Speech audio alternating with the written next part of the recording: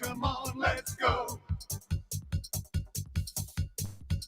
It's the AM Nasty Big Hello. Hello! It's not static AM radio. It's the Cool Ben Red Hot Nielsen Show. Let's go!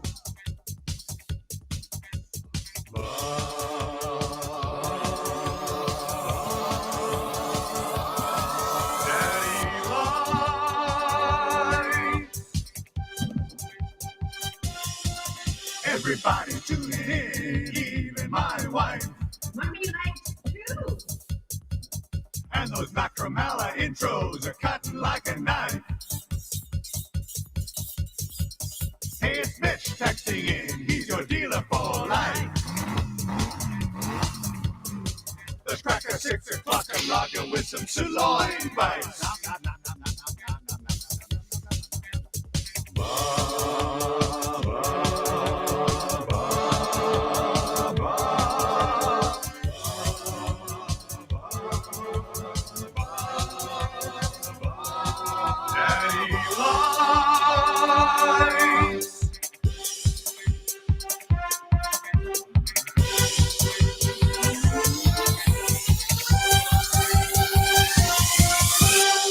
Good morning, everyone, and welcome to the AM Nasty EST live in Vegas. The fun continues.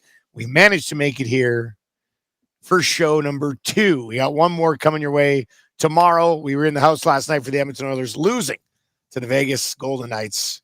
Major buzzkill. Wasn't our fault. Major buzzkill. Wasn't our fault. Wasn't our fault. We didn't do anything. Definitely not on us. Might have been on other people, but it certainly wasn't on us. You can text us anytime, 780-218-9999, 780-218-9999, or hit us up in the nasty chat. It's already hopping today. And we are set up here. Morning show today will be from here. And then we're moving things back to the room for Hangout, Lock Shop, and Oil Stream today. There's a major conference on this floor today, so we're going to take things up because it's going to be super loud here. Super loud. Well, we've set kind of the trend here down here. Everybody wants this piece of real estate now. Hey, it's a hot little. No, it's a hot little. As soon as we were done here yesterday, people were like, "We need that. We got to take that." They were like a dog on a bone. Joel in the nasty chat says, "Dusty, did you fire Zach? What happened with it? What happened with Zach? Something on the pregame show last night? Somebody fill us in." He was wearing. Can you boys hear me? Can you boys hear me? Hi, Trev. Hi, Trev. How are you? Hey, boys. Yeah, I'm good. Thanks. He was wearing a Vegas Golden Knights hat for the pregame show. What? Bold move. I told him to do it. It would rattle them up. It was great. Oh my God, that must have had people absolutely fired up. It certainly did. Oh my goodness. Yeah. Well, he's not fired. He's learning though, isn't he? If you're looking for somebody to blame, I guess it's him. Yeah, we gotta get that guy in Edmonton Sports Talk hack. What the hell?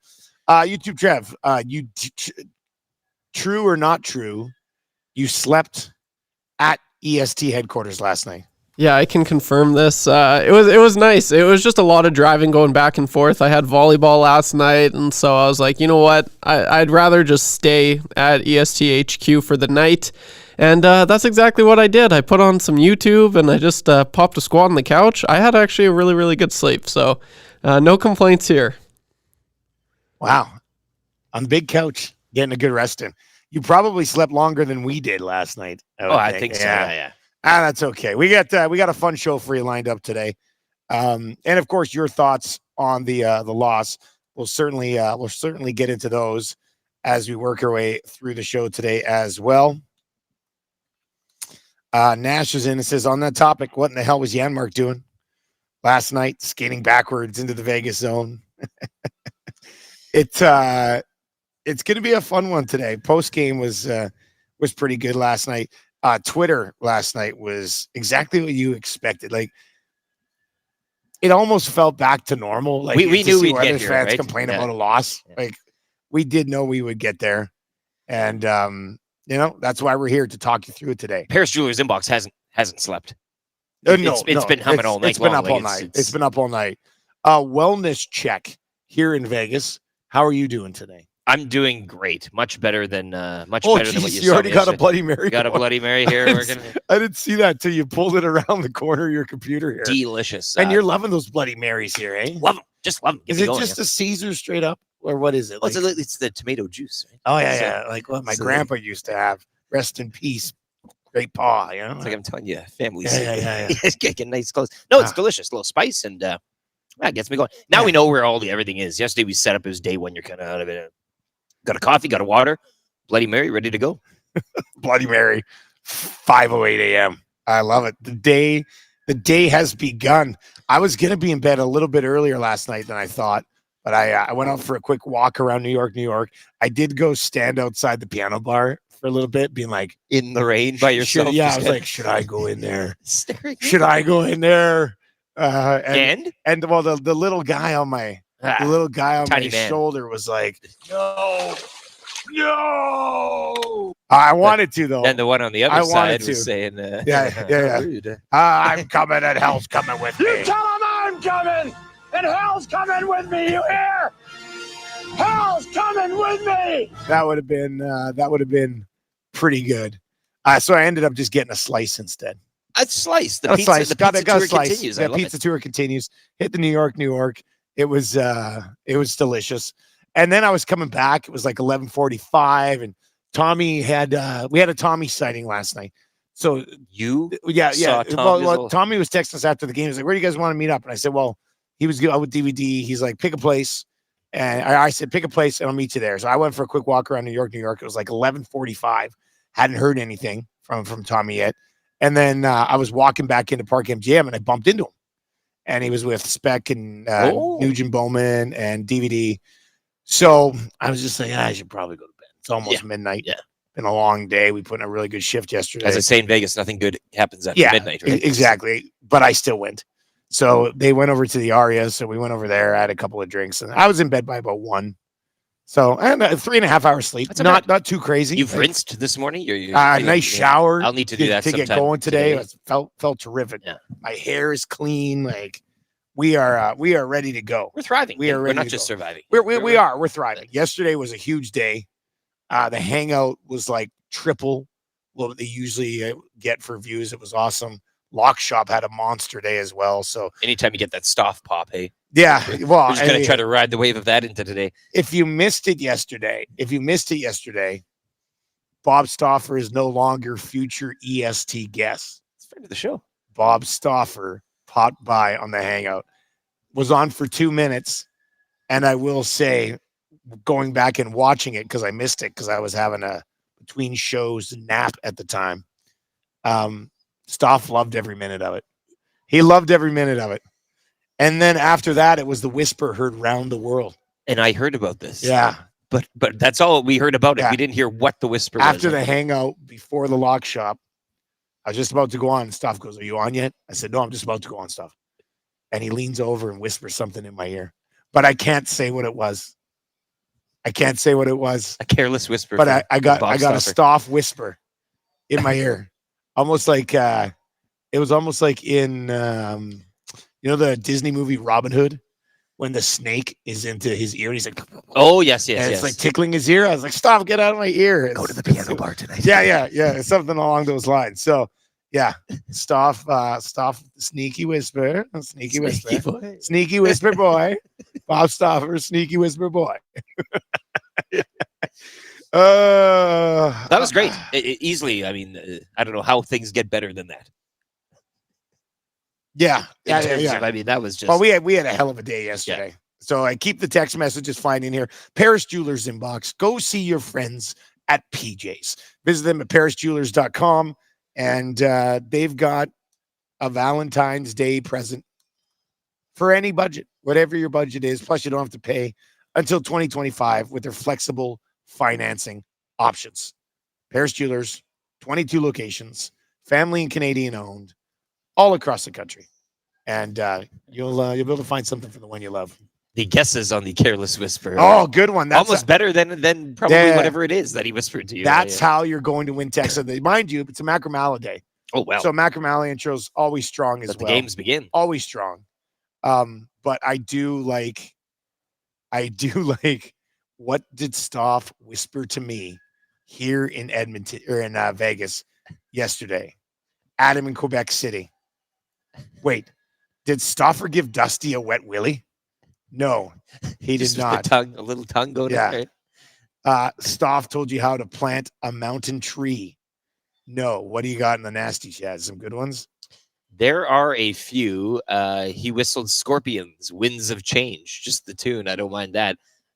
Most Danforth rumors with Bob's Whisper. So little JD, Justin Danforth. Wasn't actually anything, Loomis says. He just burped a little bit. Just a soft.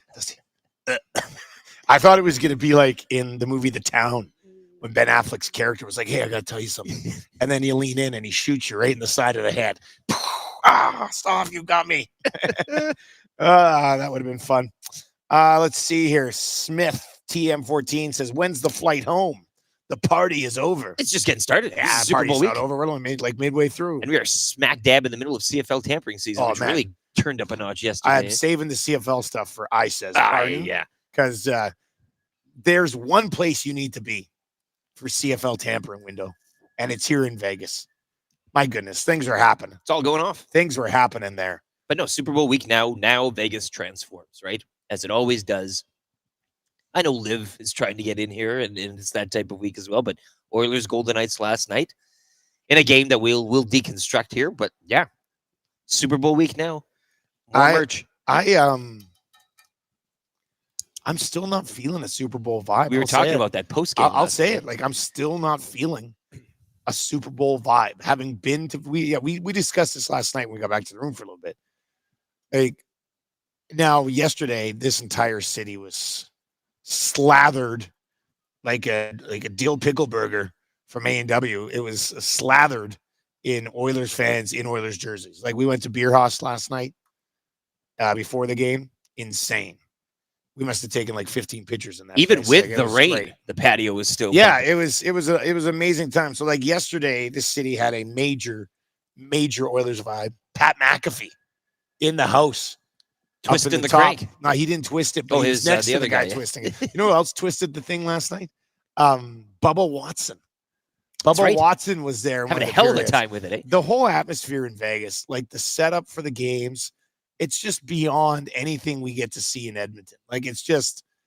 Even the music that they're playing it at the right time. Like, it's just, we shouldn't be surprised. Vegas does shows, right? So they can put on a show, but it was amazing. And even the fans cheering for penalties that shouldn't be called and everything. Like, they're into it, eh? Oh yeah, there was Bless their hearts. There was a lady behind us that she was very fired up.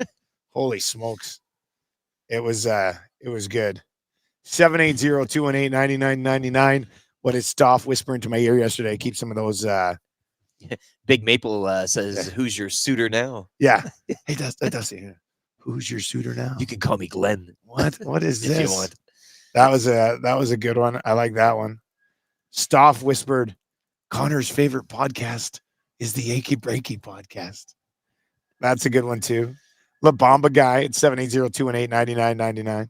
Stoff leans in and says, Ron Francis is top 5 all time. Keep the Ron Francis going. Choo choo. Hey guys, did Stoff whisper, I'd be remiss if I didn't recommend the Mediterranean pizza? Hey Dusty, come here. Try the Mediterranean. That'd be great too. I'd be remiss. Keep those suggestions rolling in for what Stoff whispered in my ear yesterday. And we'll see how that one plays out. Let's lay out the show for you here today. And hey, who was the comedian that we saw yesterday? Oh, Kreischer, Bert Kreischer. He was at the lobby bar smoking a huge at cigar. MGM, smoking just a massive cigar and enjoying it too. Oh yeah, he was making love to that. He was having a lot of fun.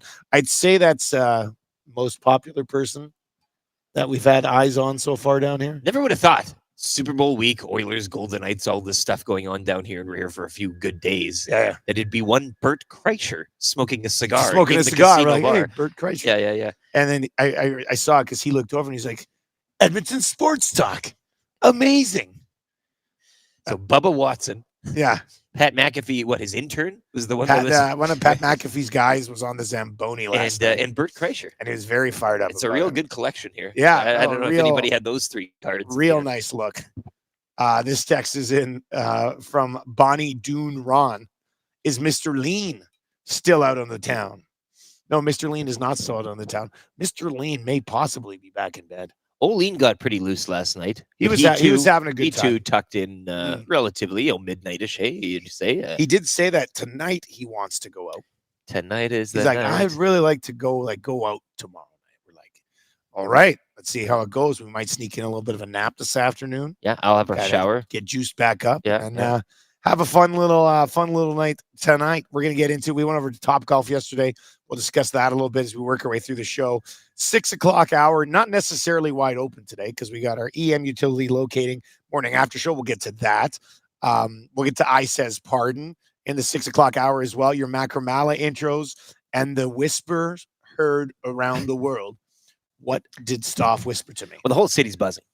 About I the mean, whisper? the whisper. I Who mean, cares about the streak when you got the whisper? Maybe that's why Super Bowl week just hasn't taken off yet. What, The whisper we were comes in talking and about just that. sidelines everything. Like, outside of when we were at the Sphere, seeing it up on the side, yes, and the 5 merchandise kiosks we Yeah. walked past. like there's no jerseys anywhere in this city that we've seen. And yesterday we did pretty good. New York, MGM Grand, over to Top Golf. Didn't work our way down the strip yet. Don't necessarily need to when you're here. I was in Aria last night. I saw one Chiefs hoodie last night. But outside of that, I have not seen a Niners or Chiefs jersey.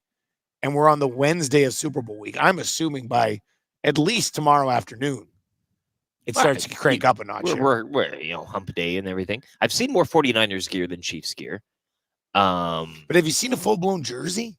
No, I don't think I've lots seen of like a jersey jackets and stuff. But as I mentioned, they have these like merchandise kiosks that are popping up all over the place. You can get the Super Bowl branded whatever. Yeah. And then we passed yesterday. They were setting up some shantytown down on the Were some they? Cheetos. Remember that? Oh, yeah. The Cheetos thing. Some sort of It's a chip chapel. thing. The Cheetos chapel. Cheetos Chapel. Yeah. Yeah. Yeah. Get married and have Cheetos at the same time. Will you accept this Cheeto What ring? a world. I will. I think I'm probably going to get some Super Bowl merch for Marshall and the Muzz. It'd be nice. I don't to necessarily. commemorate I don't the, necessarily love the look of it for myself, but the kids will love it. What are you thinking? Mini I think helmet? that'd be, a mini helmet. Wouldn't that? I was Not thinking. bad. I was just thinking a T-shirt. You know. These whispers, I just Oh, this is a good one. Northside Lose, and it says Stoff whispered, "Did I tell you I played for the Southside Athletic Club?" Oh, it was. backs away and just raises an eyebrow. Huh? Oh, this is a good one. Stoff leaned into me and whispered, "I'm not wearing any panties." that might end up being your text of the day. That's just such a weird. Wow. That's such a weird thing to put in there. Oh, that one makes me laugh a lot. How do you send in that text and not put your name on it? My God. That's too good. Casino Dealer Jay says, I'm assuming on Friday, all the Super Bowl people will come down. I think, yeah, probably a mad rush, or even Thursday maybe. I could see when we're leaving a bit of an intersect. you know, Yeah. make a 3-day weekend out of it, or Jamie McLennan's going to join us. Noodles will pop by just after 7 o'clock. We'll have your cool bet hotline of the day. No favors yesterday. McDavid with the only goal for the Mighty Oil. 7:30 today. Free advice for Damon Bunting, local Edmonton slumlord god. We'll go there. What do you need help with? Let us know. Eric Macramalla, TSN legal analyst, and man who prefers to use toothpicks as chopsticks because it's more ergonomic for his dainty hands. We bumped into a bunch of people yesterday. Oilers fans, listeners. I love the one guy. He saw us. He's just like, God, I love you guys so much. I missed the show. It's just so difficult to listen to you guys now. I said, would you have the tune in app? oh man, And he goes, no. I said, look. And I So put you up my grabbed phone, his phone. and I pushed the tune in app, and it started. Edmonton Sports Talk started playing, and he was like this. He's like, like he just. I'm just like, yeah, man. It's great. A lot of significant others on this trip as well, being like, Oh, yes, my wives and husband girlfriends obsessed with you. and- oh, yeah, yeah. Nice to finally put a Yeah. face to the name. Yeah, it was good. Kind of easy trivia for Mr. Mike's. 3 questions too many for Park Mazda. Lieutenant Eric's weekly rankings of power. Greg Wyshynski is going to join us as well. So we've got lots to get to. 780-218-9999. And Yeah, I don't know why you read the panties text, because this is now really taking off on a. well, we don't need. I mean, okay. Now it's let's scroll up. Yeah, a little dirty. Let's scroll up, everybody. I guess it is the 5 o'clock hour. The panties line is as far as we'll go on that one, I think. All right, let's. But we do have the morning after show. Let's get into it. Let's get into your EM utility locating morning after show. And I actually, we haven't played this. You found it. Hey, you dusted it off. We haven't played this in forever, but it's the bad morning after show song. Can you believe it? Here we are in Vegas.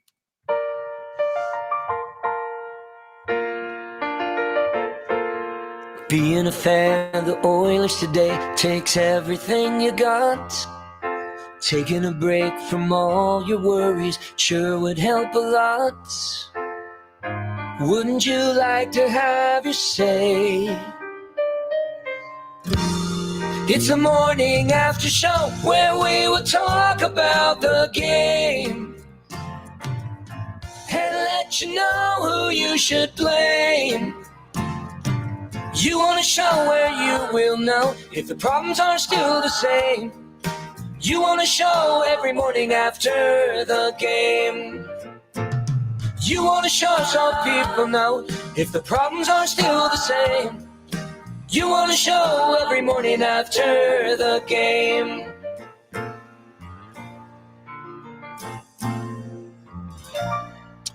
It is the morning after show brought to you by EM Utility Locating.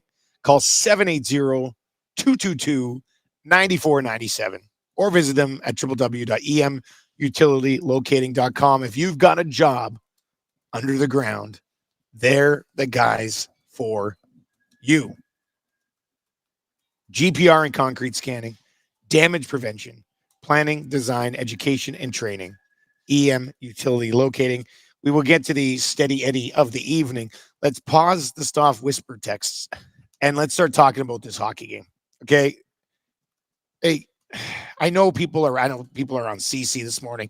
People were on Fogel last night. People are on Matthias Janmark. Like, I get it. I saw like in the post-game show last night, they're like, they'll never win with Skinner. Like, come on. Wow. I mean, he allowed 2 goals last night. Everybody pumped the brakes.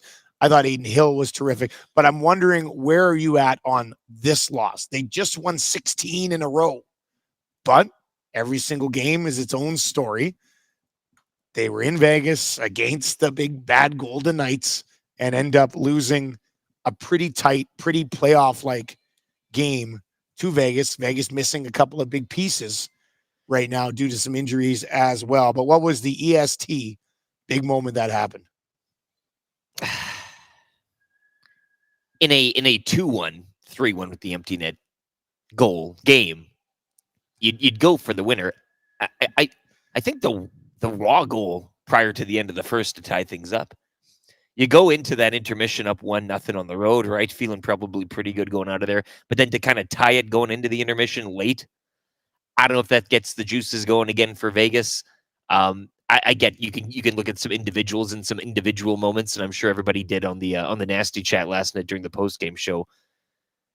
But I think if you're heading into that first intermission up 1-0, you're feeling good. The buzz is going. You're back post All-Star break. They tie it up. You're going in tied. Now again, the game breathes and lives through the second. Stevenson scoring the 2-1 just into the third. You got the whole third to get back in it, but you can't be too upset with last night. No, I don't think. I don't think rewind that. You re-rack this one multiple. Will they play this again tonight? Maybe it's Stuart Skinner having the slightly better game numbers wise, and the Oilers win 2-1 with a empty net goal to make it 3. Right? This is as advertised. I know a lot of people yesterday maybe said, "Oh, high scoring, knocking rust off post," and certainly I had a little time for that. But 3-1 empty net goal, numbers pretty tight. I mean, this is what you want. Sounds like a great best of 7 series to me, right? And again, you rerun it, re-rack it today. could be 3-1 the other way. Matty Iwanek already called last night. Vegas wins in the best of 7 in 7. Well, and I guess Matty Iwanek already called it last night. He goes, I don't like where this is heading in the playoffs. a little too early for that after winning off 16 in a row, but Probably. with those names that you mentioned were out of the Vegas Slam too, Yeah. that does maybe give you a pause for concern. So Yeah, I do want to sit here today and say, don't worry about it. They just won 16 in a row. But I also totally understand where a fan base would be coming from in that, yeah, you won 16 in a row. But in the playoffs, the ones you're going to win were against that team last night. You know, like that's let him have him now. Maybe Yeah. as a narrative you could hang on to, right? Sad the streak is over. Better this than a playoff loss, and of course, but it is February 7th, and we've been talking about what this team needs to do roster-wise heading to the trade deadline, and perhaps not focusing on some sort of long streak and chasing 20 is something you need right now. So it's a little bit of a down-to-earth, a touching of grass moment, and I think that's fine. Again, it's not like they were blown out of the water. It's not like, oh, God, there's some really deep concern now bubbling up. 3-1, empty net goal. nasty chat. What do you got? Let's keep that YouTube chat rolling here. Roy says you get a couple of goals in that second period. It's a different story. Hill played a good game. Yeah. We were talking yesterday about goalies representing this Yeah. nation. I mean, you saw both of them last night, right? We saw Hill last year, obviously. And I was like, oh, dude got hot. I get it.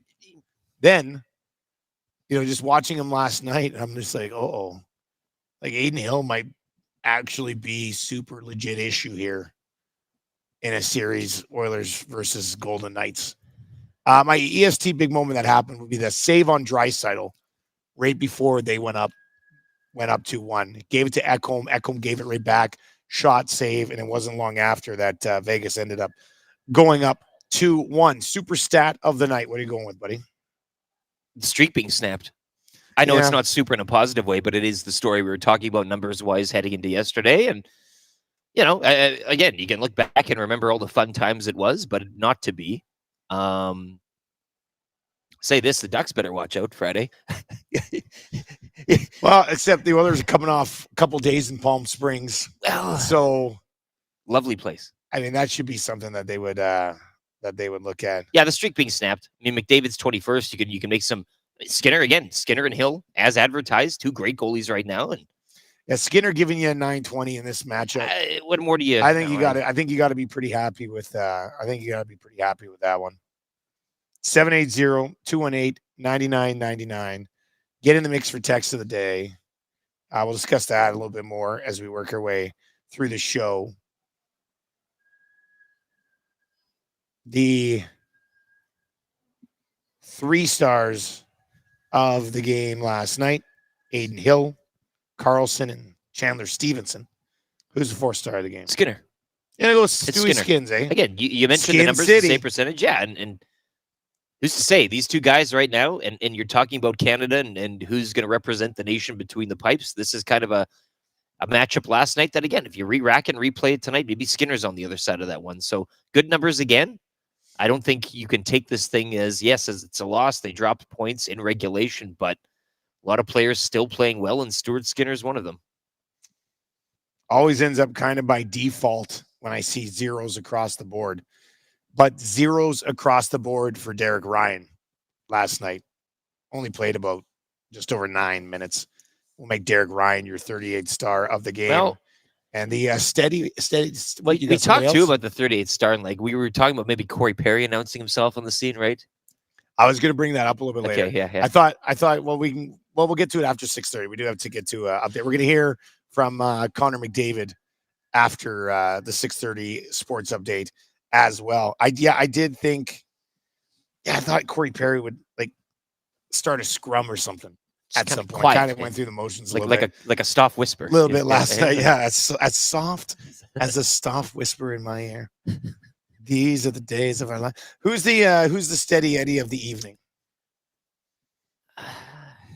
You know who I'm going to go with? I don't know if we've gone with this guy in a while.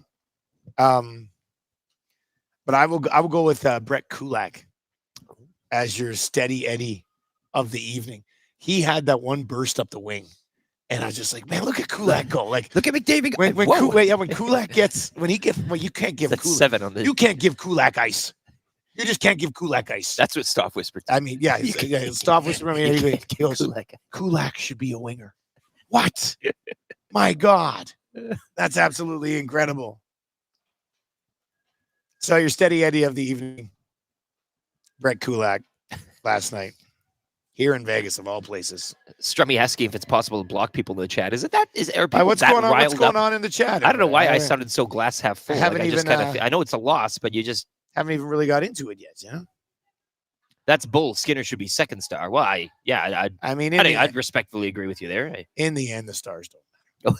Nobody hangs star banners, right? Yeah. In the end, they don't matter. And neither do streaks.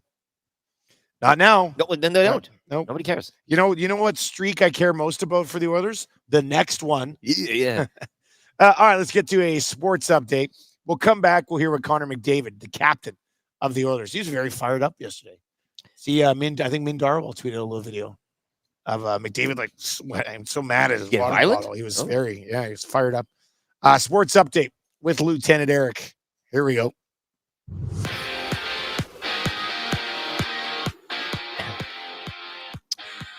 We are not going streaking. The Oilers' win streak snapped at 16 following a 3-1 loss to the Golden Knights. Conor McDavid with his 21st of the season. Vegas have won 6 of 8. The Oilers dropping points for the first time this calendar year. Edmonton in Anaheim on Friday. Elsewhere last night, Penguins shutting out the Jets 3-0. Canucks 3-2 over the Hurricanes. Elias Lindholm with a pair in his Vancouver debut. And Andrei Kuzmenko netting his first as a Flame. Calgary top Boston 4-1. Oil Kings fall in Moose Jaw 5-2 to the Warriors. Game 3 of that 6-game road trip will go tonight in Brandon against the Wheat Kings. Drumheller doubling up Calgary 4-2 in AJHL action. Olds host Grand Prairie tonight in the lone game. And the Raptors, they're in Charlotte this evening to take on the Hornets, one of 7 games around the NBA. Sports Update brought to you by Green Plan. With construction season coming up around the corner, planning season is already in full swing. For all of your environmental planning needs, contact Green Plan Environmental Consultants. Green Plan can assist with any of your environmental concerns, no matter how big or small the project. Green Plan is here to help. Check them out today, green-plan.com.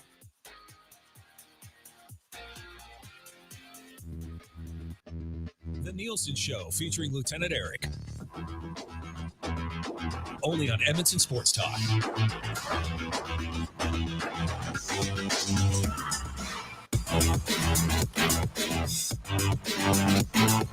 All right, welcome back to the Nielsen Show. First of 4 programs today that you'll be able to watch or listen to right here on Edmonton Sports Talk. You can listen on TuneIn, free app. We're just in there with all the other radio stations. Weasel our way in. So download the free TuneIn app. You can listen on TuneIn. You can listen at EdmontonSportsTalk.com. And, of course, you can watch on YouTube. This is such a good, deep pull from Stoff's show, which, of course, is legendary. Oilers Now, 6:30 CHED, 5 to 7 weekdays for some reason. Mountain time. Stoff whispered, I didn't have the speed, talent, agility, toughness, tenacity, skill to make it to the WHL. That's one of the things Stoff always says. That's great. Graham, great pull. We love it. What did Stoff whisper in my ear yesterday? Your guesses, your suggestions, your dreams. 780. Your trade proposals. 218-9999. Let's check back in the EST headquarters with YouTube Trev. Do we have Conor McDavid? Yeah. Post-game? Yeah, McDavid is ready when you are.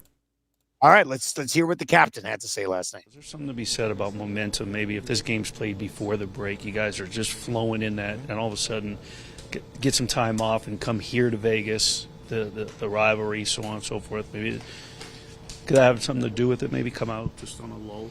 No, I liked a lot. I liked a lot of parts of our game. I thought it was a very similar game to we've played throughout the entire streak. We just don't find a way to get a win. Their goalie played well and made some big saves, and it's always a tough game in this building. We were expecting that, and disappointing, but we move on. You build unluckiness maybe more than anything, do you think, tonight? You know what? 2 good teams going at it. A little bit of a playoff-like atmosphere, it felt like, similar to a playoff game. Tight games happen, and you got to go out and get it, and obviously we didn't do that. 1-1 after 40, it seems like you've played a whole bunch of those in the last 16 games. Somehow all these other nights you got the puck, went off the post and in instead of off the post and out. Do you just run out of fortune at some point? Yeah. I mean, excuse me. Yeah, we had a lot of things go right, obviously. Winning 16 straight, you got to have a lot of things go well, and you got to get some bounces, and we got some bounces. But for the most part, I thought we went out and earned our bounces and earned our luck. And like I said, tonight we didn't go out and get it. Credit to them; they make a shot and are able to clog it up just enough to get it done. I know it's still fresh, but is there a sense of pride in doing something 16 only 3 other teams in the history of the league have done? Yeah, it's obviously fresh. We're disappointed that we lost tonight. It's been a while since we've done that, and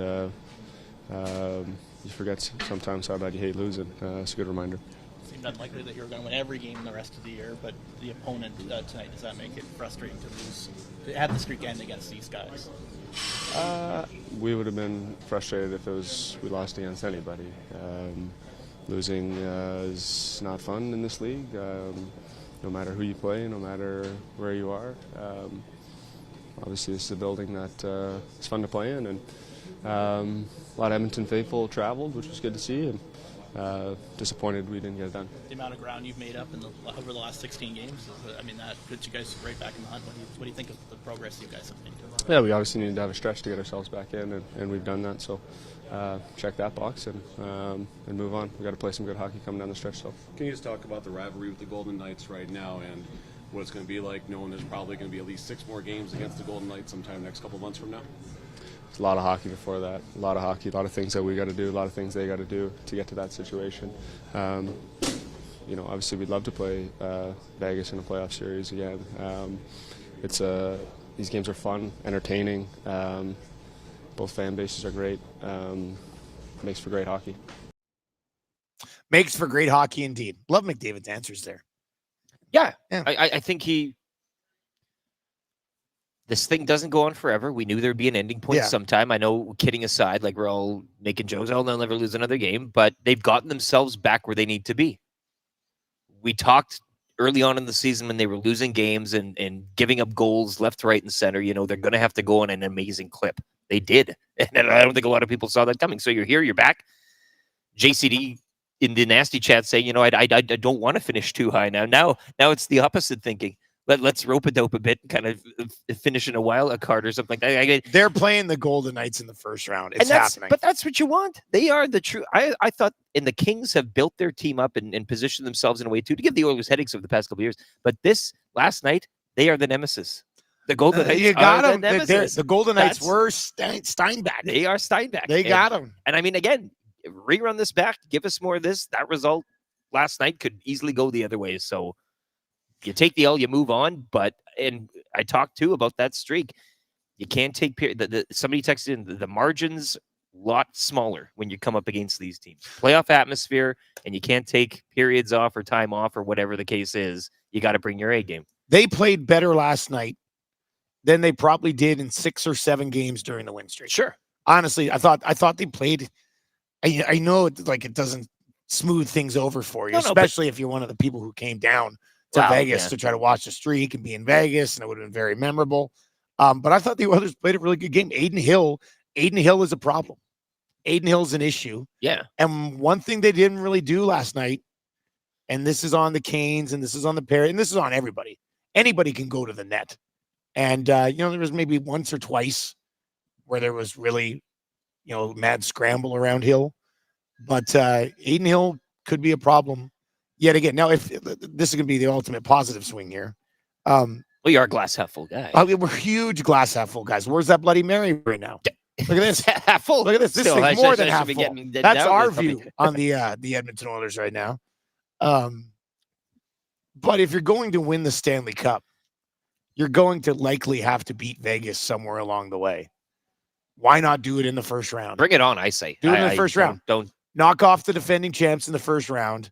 You, after losing to the defending champs for 2 years in a row, knock off the defending champs, and then you become the champions. Yeah. And I think it's fair to be concerned about Aiden Hill and a few of the other Golden Knights and perhaps not having all of their aces in the fold last night. But I don't think with the Oilers team that we saw last night, I don't think as a fan you're coming out with any concern internally within the club or anything such as that. So there are other good teams out there and other good players that you'll have to come up against and slay them to get where you want to go. But we said too, getting that traffic in front. Those were games playing the Detroits and whatever, and they'd let teams hang around. Stoff would come on in the second intermission and say, it's simple. They just got to get guys in net. They'd do that and they'd go on to win the game. So that has popped up numerous times during the win streak, and then obviously again last night. Garth Vader is in. Would be nice to finish second.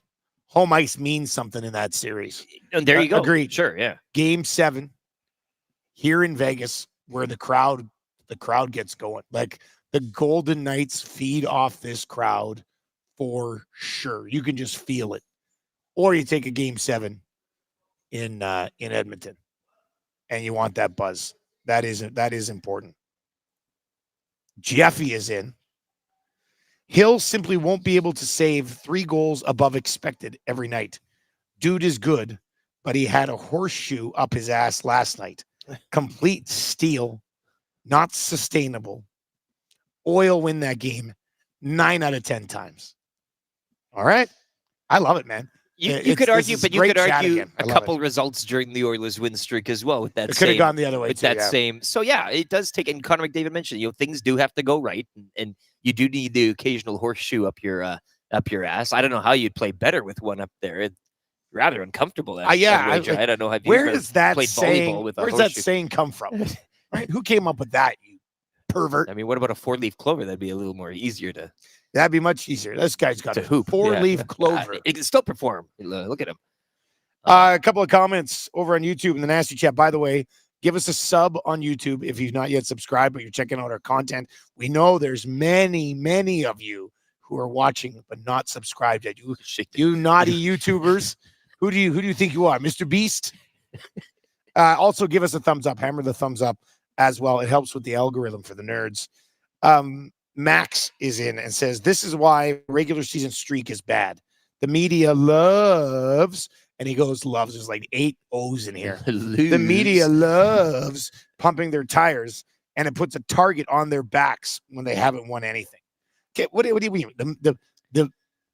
They won 16 in a row. What do you expect? The media is just going to ignore it? Don't worry about the media. They were on the verge of tying the longest streak in NHL history. Of course it's going to be a discussion point. The media didn't put a target on the Oilers' back. The Oilers winning 16 in a row put a target on the Oilers' back. Come on. Max85 says, great perspective. It's an amazing feat to climb that fast back into the playoffs. They need to build a team specifically to beat the Knights in the playoffs. And I guess the question is, if they aren't there yet, what needs to be added to create this monster that takes down the Golden Knights, the defending champions?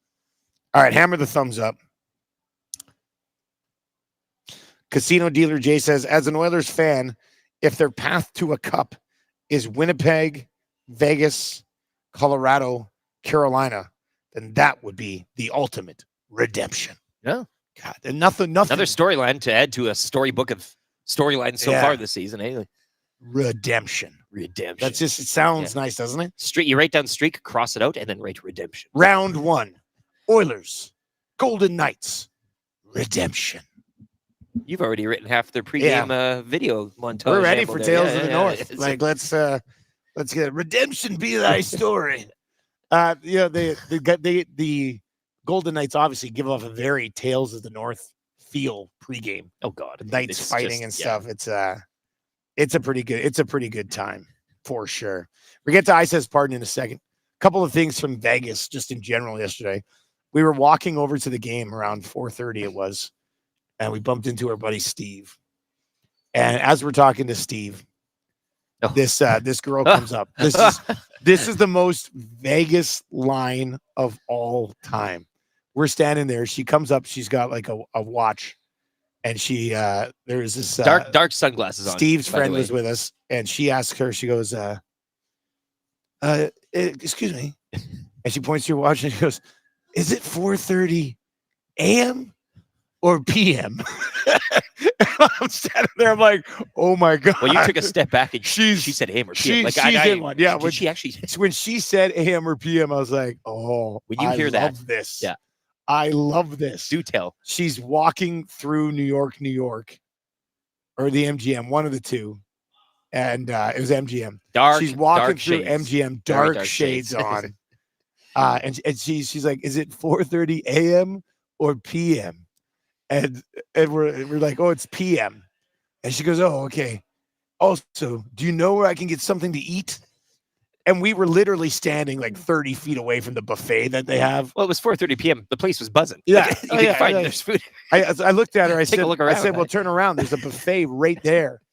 And she goes, "I don't want to have to work for it." I'm like, "What are you talking about? You go in, you get a plate, you put food on it, and you eat it." Lots of ways to earn a living around here. Oh man, that was very powerful. The AM PM question once it came out of her mouth, really okay. I love the AM PM at 4:30. It was pretty busy, and to think that may have been 4:30 AM, I just don't. I know Vegas is the city that never sleeps. But let's when we're setting up the show at 4:30, it's not like we're the only people around. Should be a bit of a hint. Most people are sleeping; they're not setting their alarm. Few Oilers fans though in the 4 bar a.m. in the bar this morning at 4:30. You know what? We'll say that. I want to talk to brave souls. I want to talk to our partners at YEG right now because they got direct flights, non-stop flights to so many different places: Montreal, Ottawa, Toronto, Vancouver, Winnipeg, Denver, Las Vegas, Los Angeles, Minneapolis, Nashville, Orlando, Phoenix, San Francisco, Seattle, Amsterdam, and Frankfurt. Okay, so you can fly not anywhere, but they've got over 50 non-stop flights from the Edmonton airport. One of those, we were on a WestJet flight on Monday, took us straight here.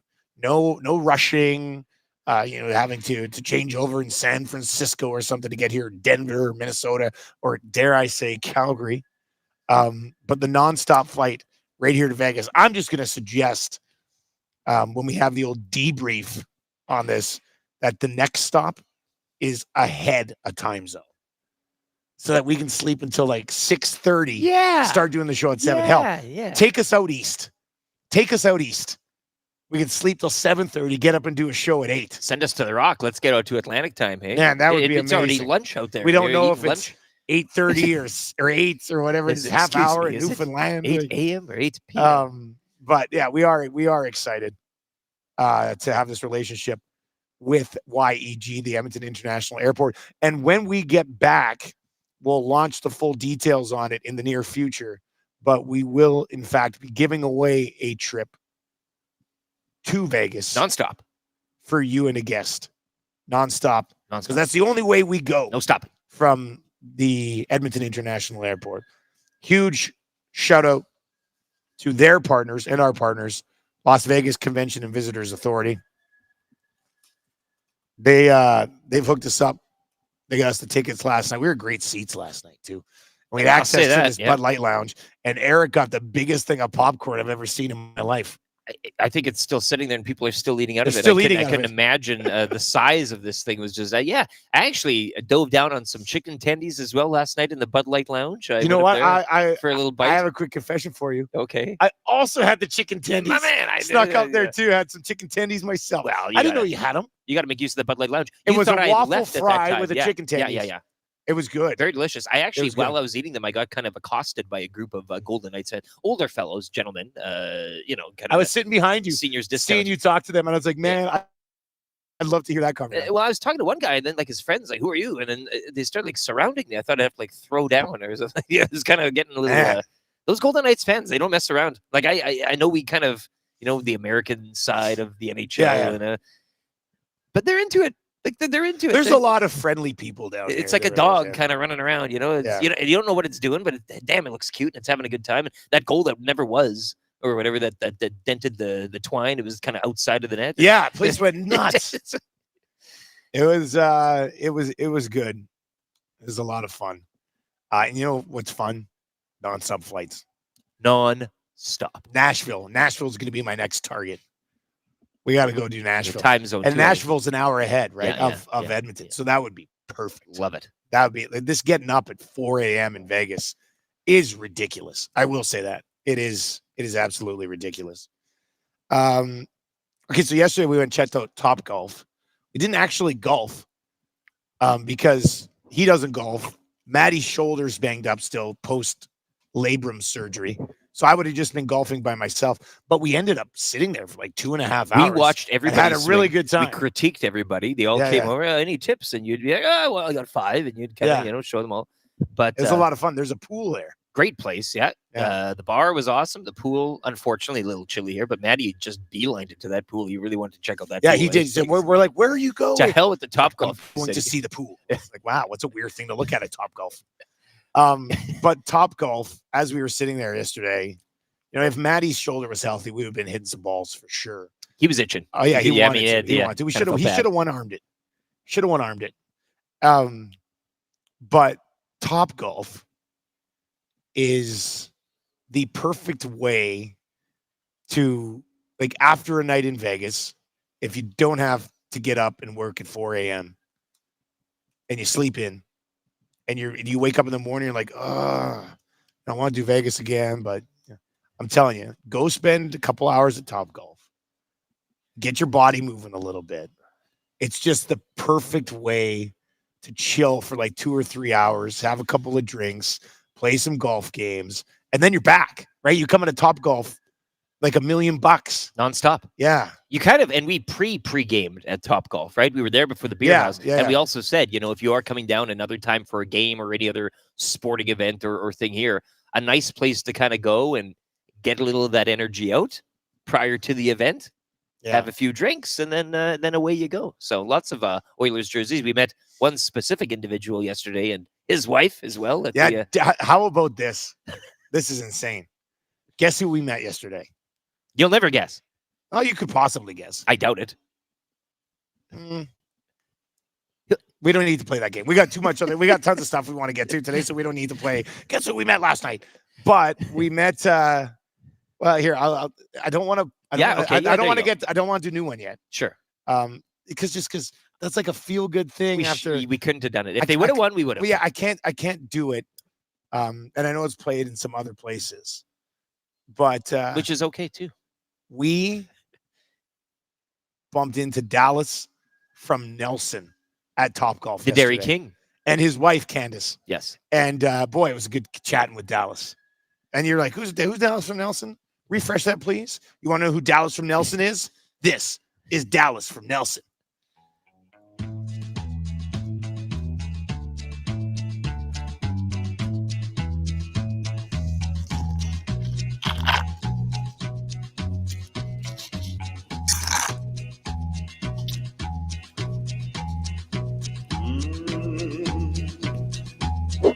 Hello. I got a big shot off this stick of mine. I'm your huckleberry. I keep those lanes wide open all the time. Drysidle setting up shop, McDavid's flying. I'll hit the twine when I walk the line. Skin that smoke wagon and see what happens.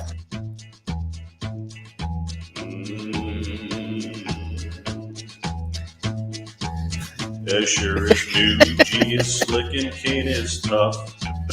We're going all the way this year, enough is enough.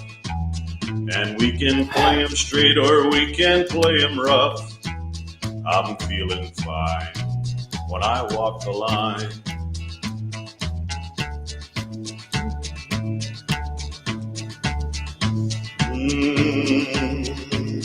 I'm your huckleberry.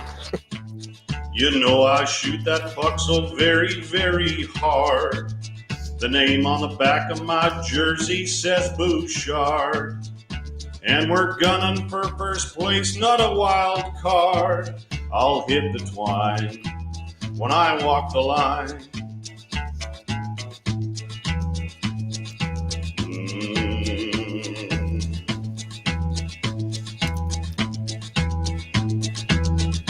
Well, we're counting on our skill and not on luck. And it's gonna get real when they drop that puck. And we won't be done until we hoist the cup. I'll hit the twine when I walk the line.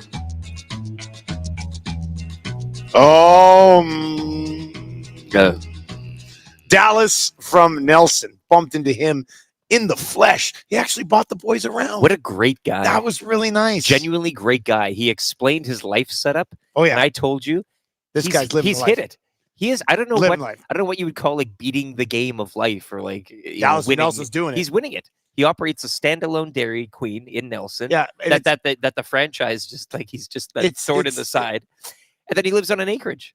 Yeah. with his wife, nice That's it. kids. That's it. Like And he has a party band still. lives the life, and he owns a Dairy Queen that's seasonal. That's another. Yeah, It's like an old school one where you go up to the window and order your ice cream, and they give it to you. And he said it's like the rest of the Dairy Queens hate it because it's like this last sort of standing one. He's And he's maverick. got it in Nelson. Yeah. So that was nice. It was nice to bump into him last night. We bumped into a lot of people last night, which was awesome because the support for Edmonton Sports Talk from all these people was incredible. So it was awesome. I know they didn't get the win, but they played well. It wasn't a bare butt spanking or anything such as that. They played well. Colin Ellerslie chimes in, says a heartbreaking game. I hate being goalied. You know where you hate people hate being goalied. You know where I come out on the whole goaling thing. Well, refresh us. I mean, I'd be leaning towards a bit of a goaling last night. I thought Hill was good, but I just view being goalied. You have 45 shots. Hill makes 10 bell saves. That's a true goaling. This is a very half-assed goaling. If that's how we're viewing it. I thought both goalies last night simply did their job. And their job is to keep the puck out for the most part. Both guys did Skinner that. could have just out goalied them as well had the result gone, a shot here or a shot there. So yeah, this is what you want. And again, re-rack this thing again today or tonight. And might just be 2-1, 3-1 the other way. But this has got 7-game series written all over it. And maybe now you position yourself to getting that home ice or however you want to do it. Maybe that's the next thing for this fan base to look at and to kind of go forth with. The streak came, the streak is gone, and that's okay, right? We are, it's okay. It's you fine. remember the time, and it came and it went, and that's okay. The best part about the streak is that you had it. Yeah. It was there. But now the question too, bounce back now. You don't I want thought you were going to say, is Knobloch the long-term future after the loss? We are here in Vegas on this very comfortable, very large green couch that I would totally have a nap on if nobody was around. Get really close here too. I like leaning back with you here. And we flew nonstop, courtesy YEG, the Edmonton International Airport. And we continue to flex our mobile muscle because we'll be taking the hangout later today to a different locale as well. We're going to be in Maddie's weird room where he probably has a couple of strangers locked up right now. Hanging out in Matt's hotel room, hey? Yeah. Who would have thought? What Look at a us. time to be alive. We made it. This text is in. I love this. Let's wrap with this. I'm gonna conch this guy for sure. Fellas, just booked 5 nights in Vegas. Non-stop flights, staying at the Park MGM for the end of March. Super pumped. Big Papa pump. Big Papa. First of all, do you love when people call you that? Second of all, did you do that because we're down here? Because I definitely want to tell the airport that people were booking flights just because they're down here and how awesome it was. Yeah. Take that text. Please pass that along. Juice it up a bit. Write a nice testimonial. I'm add some buzzwords. I'm out. Super pumped. Yes. Can you send that text back in Extremely again? super pumped. By saying 100% because of you guys, I'm going down there to do it. Look, you're going to love it, man. 5 days is perfect. I love the 5 days in Vegas. And you'll be going nonstop like us. Nonstop. more than one meeting. Eh? That means there's no stops. No stops. It's the best. All right, coming up. Oh, did I conch? I didn't. I don't think I conched them. Yeah, conch.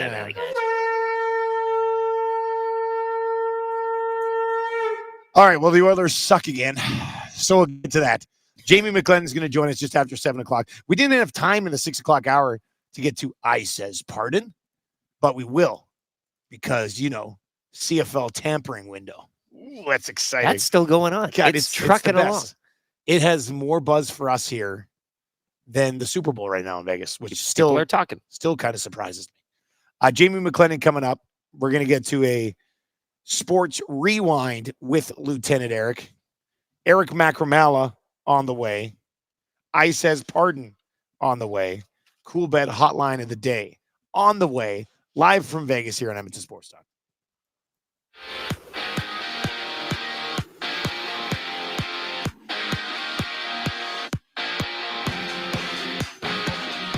The streak is over. Oilers win streak snapped at 16 following a 3-1 loss to the Golden Knights. Conor McDavid, the lone goal, his 21st of the season. Vegas winners 6 of their past 8, while the Oilers dropping points for the first time in 2024. Edmonton continued the 3-game trip there in Anaheim on Friday to battle the Ducks. Last night, Andrei Kuzmenko netting his first as a Flame.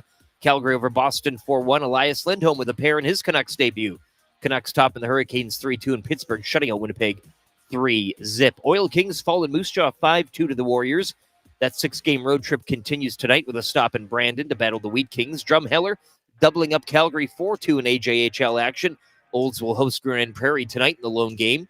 CFL news, Alouettes have agreed to terms with Canadian defensive lineman Isaac Adeyemi Berglund. He's expected to sign a 2-year deal. Nice get. Former first-round pick played a rotational role with the Stamps during the past 2 seasons. And the Ticats agreeing to terms with American defensive lineman Dwayne Hendricks earlier today. Raps in Charlotte tonight to take on the Hornets, one of 7 games around the NBA. The Sports Rewind brought to you by Universal Rewind, industrial electric motor sales and service, servicing many industries we rely on daily, from agriculture and aggregates to food processing and industrial manufacturing. Choose expertise, experience, quality. Choose Universal Rewind. The Nielsen Show featuring Lieutenant Eric. Only on Edmonton Sports Talk. Who am I? Steve Aoki?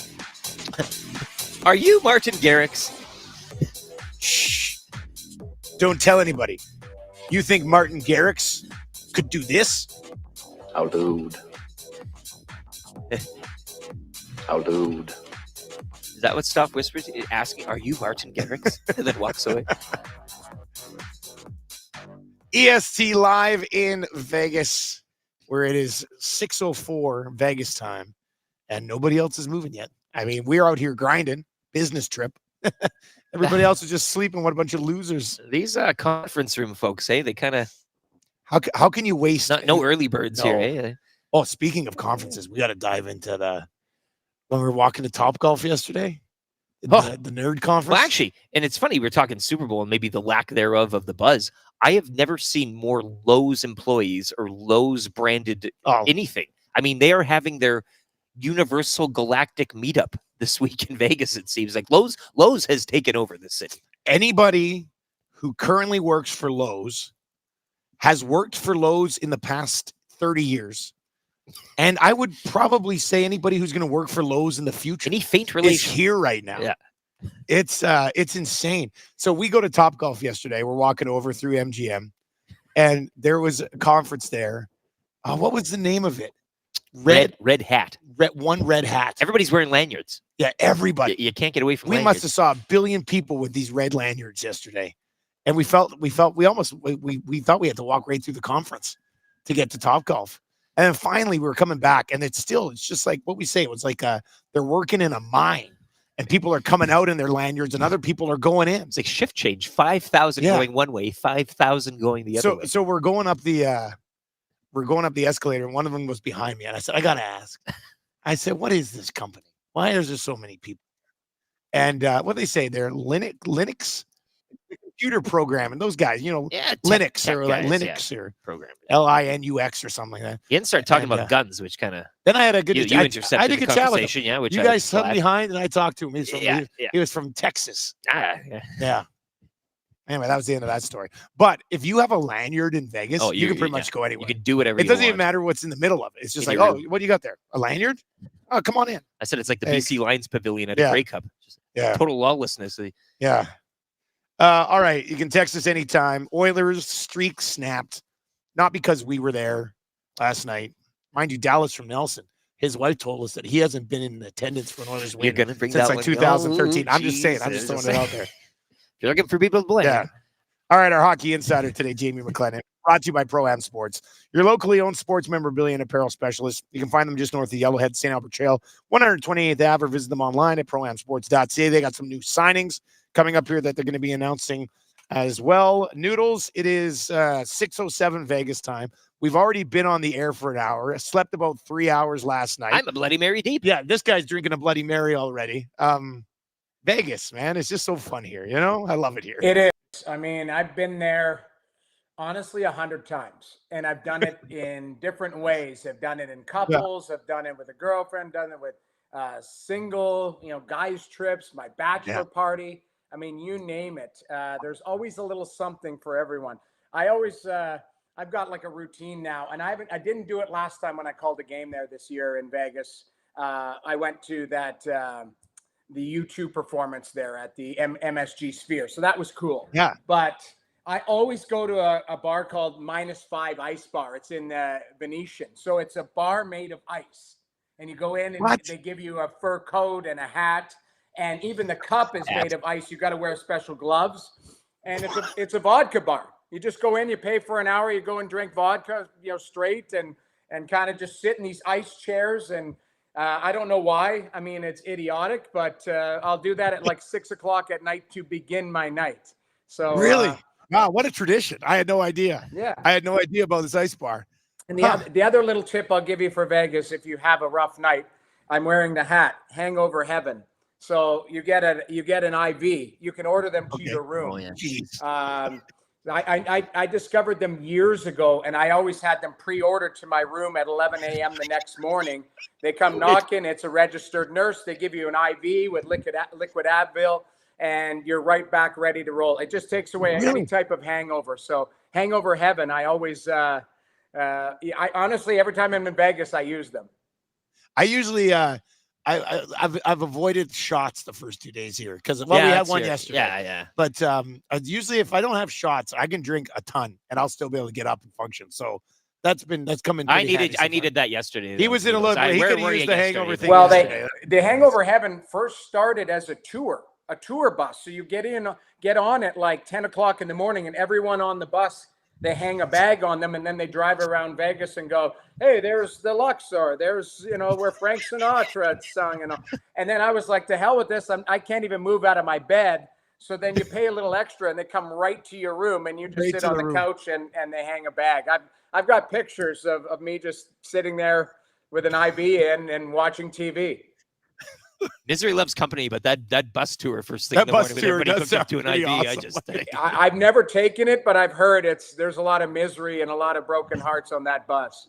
Yeah, broken hearts last night for the thousands and thousands of Oilers fans who made the trek here to Vegas. I'm sure they had a good time after the game, but it was just a really well-played hockey game by both teams last night. And I know the Oilers have won 16 in a row, but you wouldn't know it after this loss of the Golden Knights because people are like, you can't keep losing to Vegas. But I mean, that was just a great hockey game last night from both teams. It was, excuse me, and you could argue, I mean, Aiden Hill stole that from me because if you look at the analytics of it, it was 19-7 for Edmonton, the high danger chances. So, Hill, I thought, was brilliant, and I thought he had a little bit of puck luck as well, which you need. I mean, Draisaitl puts it back through the crease. He had the one-timer. I thought Draisaitl had 4 or 5 10-bell chances. Bouchard hits the post on the one-timer. That would have made it 2-1. For me, I think there's a lot to circle and say, hey, you know what? Like, we can play with this team. Now, you could say Eichel wasn't in the lineup. Carrier wasn't in the lineup. And I think Theodore not in the lineup. So those are 3 pretty big pieces for them. But again, it was a bit sloppy early on. You could see both teams were trying to kind of like settle into the timing after the break. But I thought the goalies played well. I thought there was good chances. And I thought the refs let stuff go too. Like they just let them play. It felt like a playoff game for me because there wasn't a lot of cheap calls and ridiculous calls. And I thought Edmonton did enough to get the win, but sometimes the goalie and opportunistic plays by the other team make it happen. So it was unfortunate, but if they continue to play that way, and I thought Darnell Nurse was really good. I thought that was one of his better games of the season as far as, closing gaps, moving the puck. So you look at players, if they can continue to play up to their potential, I think Edmonton fans have a lot to be happy about. Now they've got to bounce back here against Anaheim. Like that's a I don't want to say must win, but you can't, all of a sudden start leaving points on the table because, now Vegas is 7 points ahead of you. You got 4 games in hand. Vancouver won last night, so now they stretched to 14 points. So you gotta find a way to keep pace with that group.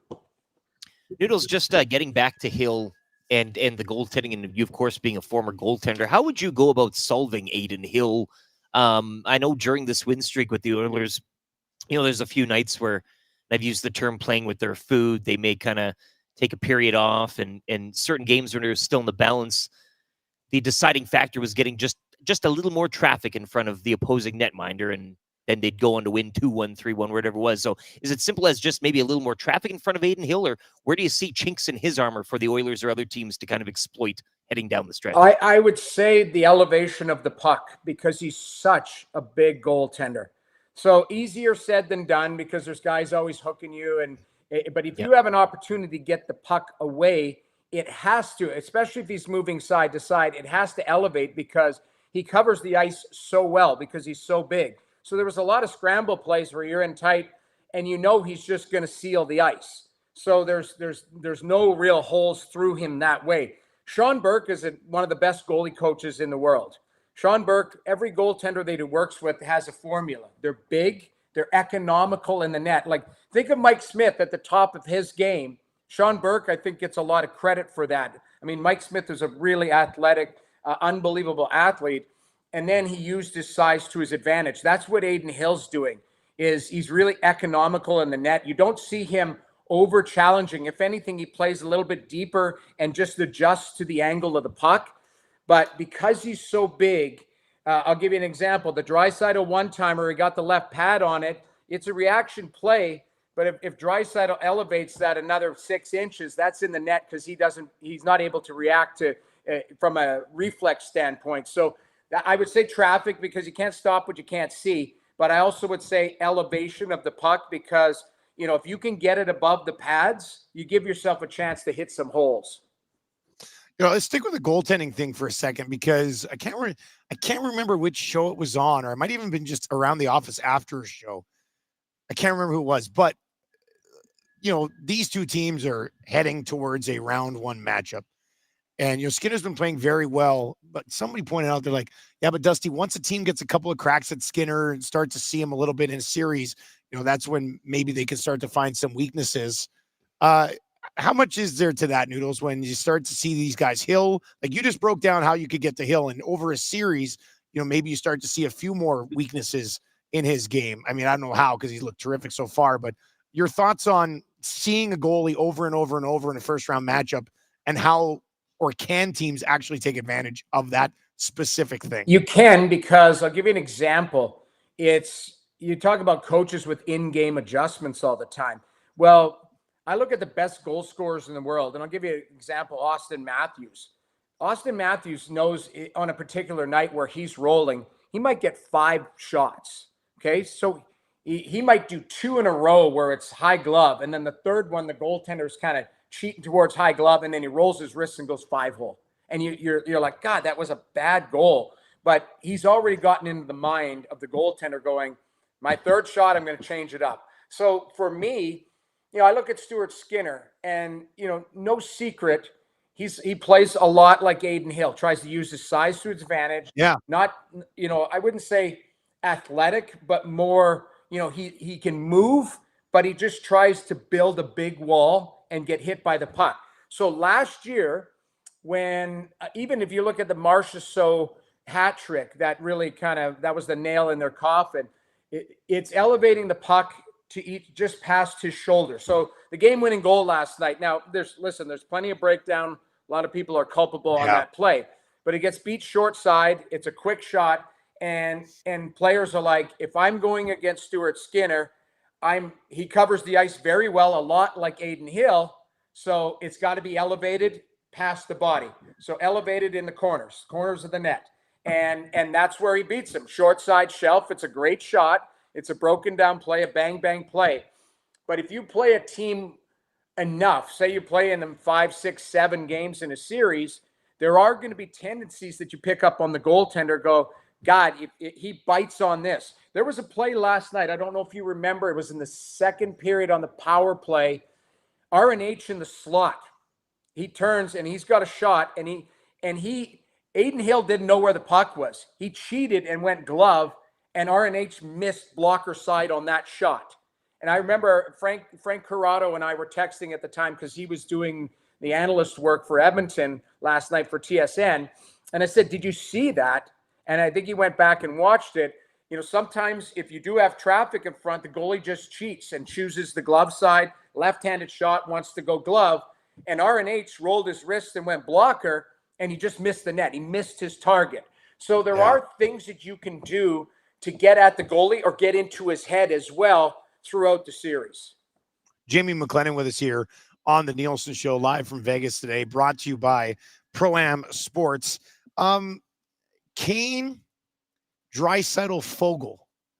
What do you think of that line? And is that a line you roll out there confidently in the postseason? Right now on the surface, I say yes, but I think there's work to be done on that. Keep in mind, in the playoffs, guys play determined. So it's you're not going to cheat. You're not going to take a half shift off where you're going to coast. You're not going to get on the wrong side of the puck for the most part. And I look at the size of that line, the speed of that line, and the skill. So if Evander Kane, let's not forget, I want Evander Kane to get to the status or get back to playing. When they beat Calgary, yes, Draisaitl and McDavid were unbelievable, but it was Evander Kane they didn't have an answer for. He was an absolute beast. I remember being in the building. He got the hat trick that night. Calgary just didn't have an answer because Matthew Tkachuk wasn't acting up against him because Kane, can drop the gloves and beat anybody up. And then he can skate and he could shoot. I look at Kane's game a little bit right now, and I think there's indecisiveness with some of his plays. He shoots when maybe he should pass. He passes when maybe he should shoot. Stuff like that. Foegele has been, I don't want to say a pleasant surprise, but I think Warren Foegele with confidence is a guy who can play straight line. He's a bigger body than people think, and he's a really good skater. And if he's physical, I think there's some chemistry there. I think they can make something happen. Would I be concerned about their defensive prowess? Yes. But again, regular season, we might see a little bit of cheating here or there. 29 likes to get on the wrong side of the puck sometimes just to kind of turn it. But that being said, in the playoffs, we know the dedication that 29's had. He's been an absolute beast. I think Kane is a guy who can really find another level, and Foegele can't. So it's a long answer, but yes, I think there's something there with the size and the speed and the skill of that line. Noodles, last one for you. The win last night puts Vegas 7 points up on the Oilers. The Oilers do have 5 games in hand, so it's going to be tight in the end. It was in our chat earlier today. People were like, man, finishing second and having home ice in a possible game 7 would be huge because this crowd in Vegas, I mean, the Golden Knights, you've been here, they feed off the energy in that building, don't they? They do. It's funny, you're 6-7 years in the league and all of a sudden they developed as like, hey, that's a really tough barn to go into. The first couple of years is because guys were drunk and they were enjoying Vegas and it's like, hey, we're going to show up to Vegas and, let's dangle a carrot. Let's try and win and we're going to go out and have a team party. Now people know going into that building, like Vegas is an entertaining city. So what they do with the whole show, you may think it's hokey or whatever, but they've got unbelievable sound effects, a great sound system. They're old school. There's cheerleaders, there's bands, there's a DJ. Like it's just, Wayne Newton's ringing a bell. Like all hell's breaking loose. Like Bubba Watson last night. Yeah, Bubba Watson was there last night. So it's just, at the end of the day, yes, I think home ice advantage would be crucial if you're playing Vegas. Let's not forget, Rogers Center gets rocking too. That building, the whatever you call it, the outside the building where people are partying, like to me, there's a great atmosphere there. So you always want home ice and give yourself an opportunity to try and have a game 7 on your own ice. Noodles, as always, buddy, we appreciate it. Maybe we'll hang a bag in your honor later on today. All right. You should. I'm telling you, you're right back. You just like within an hour, you're like, I want to get to the pool. I need my next drink. So, and believe me, I've seen guys bounce back one of our good friends, Jason Strudwick, went from a puddle back to a human within an hour. It was awesome. So He would have been fired up with that too. All right, buddy. We'll talk to you next week. see you guys. There you go. That is Jamie McLennan with TSN. So Struddy's hung a bag too. Kind of want to go on a rager today just to try it out. Yeah. You know what? We are going to be to book the hang a bag people for 3:30 a.m. We'll do the show on the bus. Just roll right in. Yeah. I never had an IV. I don't think I could do it. I don't rock with the needles, man. Yeah, that's the it thing. Freaks like, me out. do I with a really want nurse or someone to whatever. pierce my skin? Yeah. Just to get me back on track. In Vegas, of all places, eh? Yeah. I mean, that doesn't seem sterilized at all. That bus, though, it just seems like a. Imagine a bus with a bunch of people so hungover it's just set up to an IV bag driving around Vegas. My goodness. And then the guy pointing out points of interest along the way. That would be over to the left. If you turn your head slightly to the right. Careful, if some of you might not be able to see because of the bag, but if you turn your over here, let's see. We found this today too. Oh, Clark, this is all you can eat. We only need one plate. Oh, yeah, okay. Vegas vacation soundboard, which a mini board. Yeah, a mini I board, guess. not a big board. Not a big board. What's this one? No, I put $1 in, I got a car. I put $1 in, I got a car. I put $1 in, I got a car. I put $1 in. Okay, I think I get it. I put $1 in. Give me the keys, please. I get a car. I put $1 in. I get a car. Papa Old Papa Giorgio's just feeling Giorgio. it there, hey? Old Papa Giorgio. He's on a heater. You want to talk about streaks, eh? Papa Giorgio was on a streak. Changing 500. That's one of our favorite guys. You can text us anytime, 780-218-9999, 780-218-9999. That'll get you into the Paris Jewelers inbox, where they have a Valentine's Day gift for every budget with flexible financing options. Do not pay until 2025. That's next year. It's February. You got a ton of time here. Time to maybe even fall in love a little bit more by the time you have to pay for this thing. Well, there you go. Yeah. Lock it in now. You could end up winning text of the day for A&W, where they've got great little deals. We talked about this the other day. Did you know that A&W has the value deals? Always there. They have a budget-friendly option, so you can enjoy all day, any day of the week. Try an A&W Buddy Burger today for only $2.79. The A&W value deals are always tasty and never pricey. Changing 500. Changing 500. Get a little gift from Paris Jewelers. Slip it inside a Buddy Burger. Wow. Happy Valentine's Day. Is this guy a romantic or what? That's amazing. You're welcome. Use the plan. Speaking of, like, I know Vegas is expensive. Like, I get it. Vegas is very expensive. And maybe I shouldn't have ordered this last night anyway, but we're at the game last night. And I got you a tall boy. Yeah. Bud Light, tall boy. And I got myself, because I didn't want to have to get another drinks. These are the only two drinks I had at the game. But I got myself 2 double spice rum and Diet Cokes and your tall boy. And after a moderate tip, it was like $115 American. HR Daddy, cover your ears. Cover your ears, because that receipt is rolling in hot. Yeah, it's that American pop. Hey, Man. it's the good stuff. I get, yeah, Cane sugar. I don't know what it would be in Edmonton for the same order. Like, I don't drink at Oilers games. But that seemed like a lot. When she rang it up, I was like, I says, pardon? I hate paying Not for to get things to down say here. that, I hate but- buying things. I hate Yeah. I hate monetary exchange down here. I don't know what I'm doing. You got to sign the sheet with the you pay something with a card. Now I got. Can I have your autograph, please? Why do I need to sign something? I've been walking away. Sir, you didn't sign. Why do I need to sign? All the bills look the same. You're stumbling around looking. What is this? 5? 50? I don't know. It's all the same color. Tube Socks and it says it used to be super cheap down there. That was one of the draws. I'm not sure when it changed. You know, they're taking advantage of it. Yeah, this is a great text from Aaron, the accountant. No corrective lenses tonight, Mr. Papa Giorgio. Because on glasses. Hey, Nick Papa Giorgio. There's all his friends are getting those massages. Yeah, that was really good. All right, we have ISIS Pardon coming up. We got free advice coming up. Eric Macramalla is going to pop by. This show is absolutely jam-packed. I'm feeling great. I don't need an IV bag today. Like I am. You are I am way night more into the from show today than you were yesterday. Hey, like I was you not are, in a you are good feeling spot great mentally today. yesterday. Well, you went and to bed a little physically. bit earlier than me last night. Yeah, an hour earlier. Yeah. We weren't partying up until the hilt or anything. Kind of started relaxing. No, it in wasn't. the end. We had a good pace just throughout the day. It was nice. But I needed to feeling catch good, up. but Yeah, and today, yeah, I will unleash holy hell on Las Vegas. Oh boy, really? Well, just the knowing that we have an IV bag in the ace in the hole type of thing. Yeah, yeah, that's true. That is always nice. We're clawing back in this thing. I says pardon on the price of your drinks. I think that's that's not a moderate tip of $65. Yeah. Jack Williams asks. Yeah, well, no, I mean, I didn't tip very much at all. It just tipping 500. Yeah, yeah. I'll take 2 spice rum and Diet Cokes and a beer.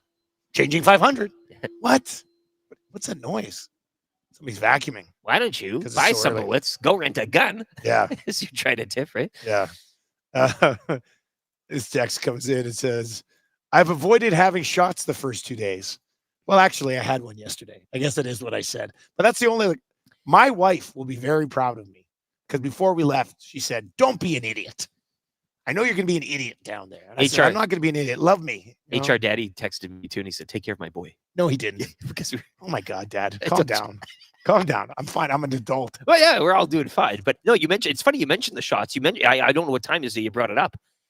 And then I want to say like an hour later, somebody's like, hey, let's do a shot. You're like, okay. I know. It was just after you had mentioned it, which I found kind of, it was right on the top of your head. It is true. I said to the boys, I think we were getting to beer house. I was just yeah, you know what? As long as I stay off shots, I'm going to be fine for tomorrow morning. Yeah. And then like 20 minutes later, we bumped into a guy. He's like, I love you guys. You want to do a shot? I was like, yes, I do. Yes, I do, actually. Let's do one. Twist that arm. And we didn't go full Frank the Tank. We just did one. No, yeah. And then that was it. Know your limit. Yeah. Drink within it. Drink within it. I want to get your Coolbet hotline of the day, but I can't access the Coolbet account. What are you talking This doesn't make sense. I've Locked out? I've been on it for the last 2 days. And now for some reason I can't get on it. It says sportsbook closed in your country. So, and I blame P. Greggy. It must be the case. Anyway, we'll get that sorted out. Well, you've been kind of the lock shop later. Those Toronto boys, like maybe this is just them firing a shot back. We've been kind of taking the lead. You think so? They've been, maybe it's a sly play. P. Greggy, I'm going to need you to open up Coolbet in Vegas immediately. He's learned his lesson. If you've not yet signed up for an account at Coolbet, go to coolbet.com. Use the code LOCKSHOP when you do, and you will get a 100% deposit bonus on your initial deposit up to 200 smackaroos. Let's get to it. So the second half of hour number 2. We're cruising along. We're halfway home on this show. I'm 90 minutes away from being back in bed for a little bit. Back in that wrapper. And you've had a pre-show shower, which should be nice. Now you'll be going back into the wrapper nice and clean. And you close your eyes there, and then you're ready to hit it. I love the pre-show shower today. It was real nice. I never rock those. Usually I'm like a shower at night guy. I'm an evening guy too, yeah. Shower at night guy, so I can just get up in the morning and get to work. Nobody's taking evening Vegas showers. But man, morning shower in Vegas. I woke up and I was just like, I should just get downstairs, do the show quickly, and come back, have a nap and a shower. And I was like, no, I'm going to turn things around right now. And that's what I did. Did you make use of the sitting bench? No, not yet. We do have a sitting bench in our shower. I'm going to do that, though. I'm going to have a sit-down shower here at some point. Yeah. That'll be a lot of fun. Maybe between shows today. That'll be good. All right. So we do have free advice coming up for Damon Bunting. We're going to give you advice on things to do in Vegas. We'll get to that. I says pardon. Canadian Football League. Only the CFL can steal the spotlight from Taylor Swift and the NFL and Super Bowl. The Canadian Football League will not be stopped. Here we are. You're telling me that this is not the most talked about league on social media right now for football in Canada from people we follow. We haven't even gotten to the leak yet. Well, we'll get to it. I says, we'll get to it. Macramalla is on the way as well. Let's get to a sports update for Park Mazda with Lieutenant Eric.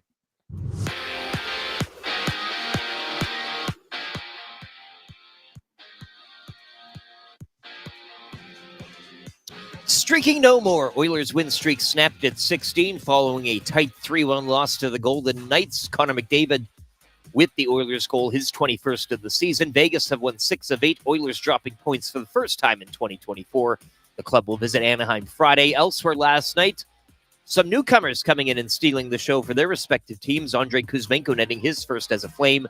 Calgary topping Boston 4-1, and Elias Lindholm, he had a pair in his Canucks debut, leading Vancouver over Carolina 3-2. Jets shut out by the Penguins 3-0. Oil Kings falling in Moose Jaw 5-2 to the Warriors. Game 3 of that 6-game road trip goes tonight in Brandon against the Wheat Kings. Drumheller doubling up Calgary 4-2 in AJHL action.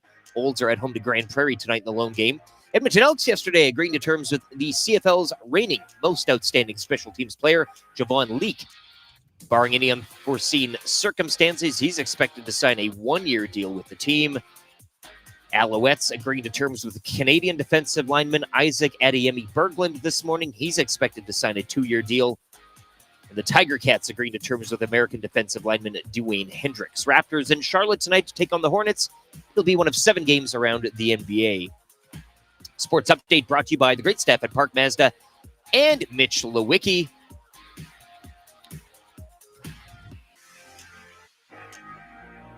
Hi there. If you're like me, you like to picture yourself in luxury, even though there's absolutely no way you could afford it. And if you can, well, even better. Thankfully, I picture myself in something that is luxury, but still absolutely affordable, like the all-new Mazda CX-90 from Park Mazda. With the new luxury features like facial recognition settings and quilted detail Napa leather seating, I can pretend to be comfortable with all of my proper settings activated without even touching a button, thanks to Mitch Lewicki and the great staff at Park Mazda. I like to picture Mitch Lewicki as newborn 8-pound, 6-ounce Mitch Lewicki.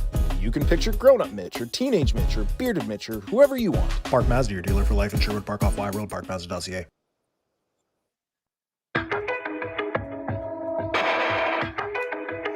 For the IV bag. I've got something under my skin, and the itch won't go away. It's my original sin, the poison that I crave. Come along for the ride, I'd make you feel better. Cut the rope that I tied, but then I broke my skin again. You got me fiending for that first high, but the feeling's not the same. You got me stealing, killing, I die just to feel you in my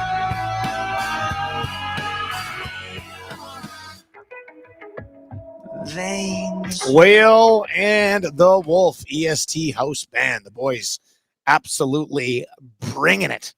Headlining an EST Fest maybe soon with Buddy from Nelson there. I was thinking the gears were going yesterday. He said he plays in a party band.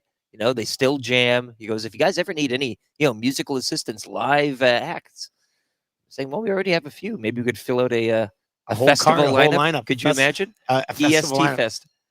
That would be Peace, Love, and Sports, I think is what I that would be pretty good.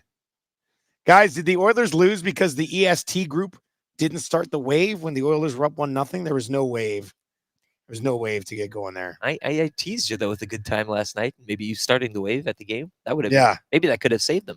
That would have been something. Dusty, I give IVs at work, so I have access to all the supplies, and we've taken them on hockey trips. IV therapy does not work as you'd think. It's good to get fluid back, but you piss most of it out. It does not make you feel better like a magic cure. Save your money and just start drinking again. I was never going to do it. I'm way too scared. Yeah. Way too scared to try it. That's like an oil change, though. It's you're putting liquids out in your That's kind of what your it system, is, eh? right? Like I'm just putting the bad oil back in. Just This thing will run. Damn it! I once had a car. I didn't change the oil for 2 years, and then it ran out. Yeah. So it's all I just fake. gotta keep It's doing all that. fake, right? Keep doing that. Let's get to free advice for Damon Bunting. I'd love to come to Vegas with Bunting. I feel like it'd be a very mature trip. Nice dinners with a wrestling show, options to take a few off ramps every once in a while. Yeah. Bunting is one of the most consistent and top producing realtors. What more do you want? Consistent and top producing. Hello, that's the Oilers during their 16-game winning streak. This guy's been doing it for years. Buying or selling, he's your guy. DamonBunting.com. Find him on Instagram at Damon Bunting Real Estate as well. Let's do this for free advice today. And if you need some advice, let us know. Because if you're looking to buy or sell a home, need advice, Damien Bunting's your guy. We're your guys here. So if you need advice, hit us up, 780-218-9999. 780-218-9999.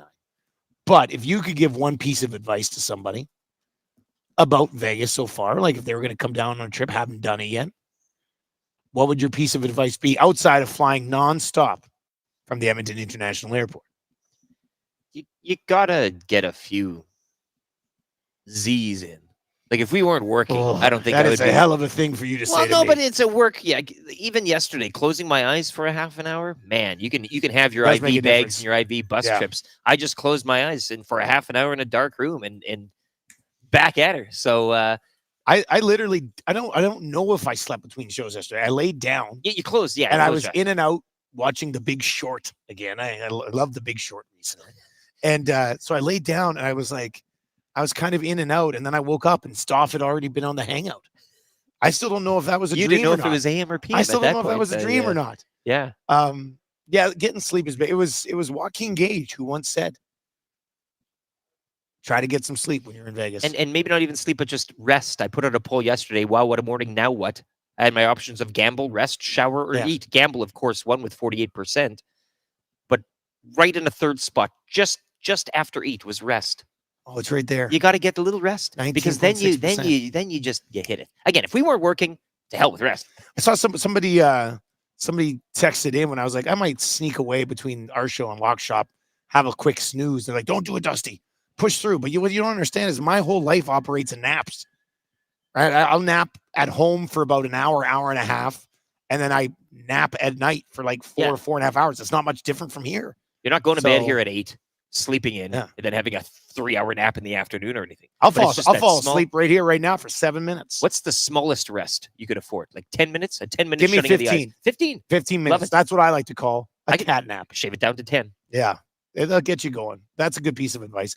Here's my other piece of advice I give you coming to Vegas if you haven't been yet. And this is my 6th time in Vegas, 6th or 7th trip to Sin City. Shake Shack. Holy smokes. I don't know how I've never had Shake Shack before, but we went there yesterday as one of our featured restaurants on the trip with our partners. And the burger at Shake Shack is unreal. So much so that I know there's all these other restaurants here. I'm probably going back to Shake Shack this afternoon. Well, who do I think I am? Tony Brar? Yeah, from our Formula One group. We saw him there yesterday eating alone. And he said, what did he come up to us? He said, hey, boys, Shake Shack, you ever... We said, no, first time. And he said, oh, it's like that movie you want to watch for the first time again, right? That whole experiencing it again for the first time. We were speechless. We sat there, the three of us, me, you, Iwanik, and we didn't talk. We just sat there and enjoyed it. And I've never seen Maddie go to town on something like he did on this burger. He was like, bum, bum, bum, bum, bum, we all have the chicken joke where he cuts up. He's Yeah. pretty frugal with it. Like, you said, like, have you eaten anything this trip yet? You got skin and bones, man. But he needed that, and he got it in him. I just went double cheeseburger. Bacon double cheese. Bacon double cheese, yeah. No veg. Yeah. And it was delicious. I had to give them my phone number to order. Yeah. Wasn't that something, eh? Yeah. They were going to text us our order, but we never got it. Then they just yell out your name, which was cool too. Oh, data mining. Tube Socks is in and says, I have never taken a nap on purpose. That's an outrageous claim. Look. Like when Dr. Evil said his father used to claim that he invented the question mark. That's crazy. It's this whole manliness thing. It's okay to have a little rest, and then you become a better man, right? Like you're a better, stronger, more awake, more virile man. I was never a big fan of the nap either, but it's the too long of a nap that'll get you. You're down for an hour. You wake up. Oh, what is it? What is it? AM or PM? 10 minutes. It's 15. That's all you need. You don't even need to get out. Don't conk yourself out. Just shut the eyes. Dark room. It's a lot of the sleep cycles, right? And breathing. Gotta get the proper cycles. Yeah. This text in and says, if I'm going to Vegas, what Shake Shack order would you recommend? I've been dying to try it. Well, I mean, the double bacon cheeseburger. Well, it was a bacon cheeseburger, but I added the extra patty because I was like, let's go. Yeah. Okay. Hadn't eaten anything all day outside of that banana I had yesterday. That's what we had. I was like, let's do it. Natty had the classic. Did you have the double too? Yeah, double Yeah, bacon. you gotta go Natty had the classic, whatever it is, their standalone. I'm assuming they do have milkshakes patty. at the Yeah, Shake Shack. yeah. We had a beer. Maybe when I go back, I'll get a strawberry milkshake. It all looked good. It was just simple. Yeah. It was basic, and yeah. Shake Shack said they're expanding through Canada in the Into next Toronto 10 years. first. This is RJ coming in. Okay. Well, I'm here for it. I welcome one of our new American overlords in the fast food game. Haven't been to the In-N-Out yet, though. Everybody's saying In-N-Out this, No, In-N-Out we haven't that, been In-N-Out. It's not close enough. I don't really want to have to like take a cab to In-N-Out. Maybe that's what Stoffer whispered. Forget In-N-Out. Oh yeah, Shake Shack is the money. We'll circle back around to the Stoff whisper here in a second. You're being compared to Shane Pinto for your inability to get onto the Cool Bet site this morning. There's a few jokes really. Oh, don't worry. I got people who do it for me. Vitamin J is in and says Dusty sounds like Vegas. I feel like I sound good today. Well, you've been smoking 2 packs a day since you got here, so that's what you went in Vegas, you know. When I go to Vegas, what I do is I smoke darts. Parliament cigarettes, eh? I'm smoking darts as a way to try to get a show on TSN radio in Toronto. That's my only hope. Wow, what a pull! Yeah, that was a deep one, right? Yeah, that was a good one. What a time. Atif needs advice. Oh boy, go ahead. Boys, I need advice, okay? As you know, I'm going to Nashville at the end of the month. If I end up going to Vegas again, because I'm going to win that trip from you guys, should I put an IV on me rolling around everywhere in Vegas? Atif? Yes, Atif. Hook a bag up to the chair. Yeah. And you'd be man in the chair with a bag. I just like Atif being a place for liquids to enter and then flow out almost simultaneously. He's drinking. He's got the IV there. He's got a piss bag and everything. All right, so Shake Shack, check. 10 out of 10. We loved it. Now you give us advice here for Damon Bunting. We have today, and we have until about probably like 5 o'clock tomorrow before Maddie's going to force us to go to the airport. As a few people said, hey, not down there, but man, jealous of you guys. What can we do in your honor? Yeah. In your honor. Give us advice for something today. This guy's basically on only a burger diet, although he had those chicken tendies last night. Yeah, I cheated a bit on the... but they're all like medium rare, eh? So where's the next burger that we go get? We've done Shake Shack.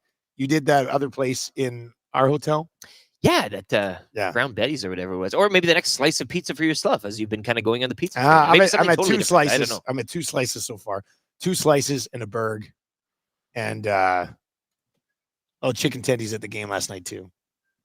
So we're keeping you got to fuel your body. The chicken tenders just get you through. That's a good good bottom 6 type of guy, like a glue guy, in terms of food. If Jay Milne was a food, he'd be chicken tenders. Gordon Ramsay burger. Get the hot dog. Speaking of hot dogs, Steven. They had a whistle dog imitation there at the Shake Shack that we were I almost got eyeing up.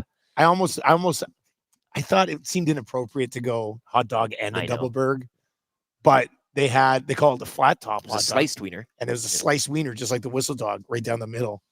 And it did look pretty good.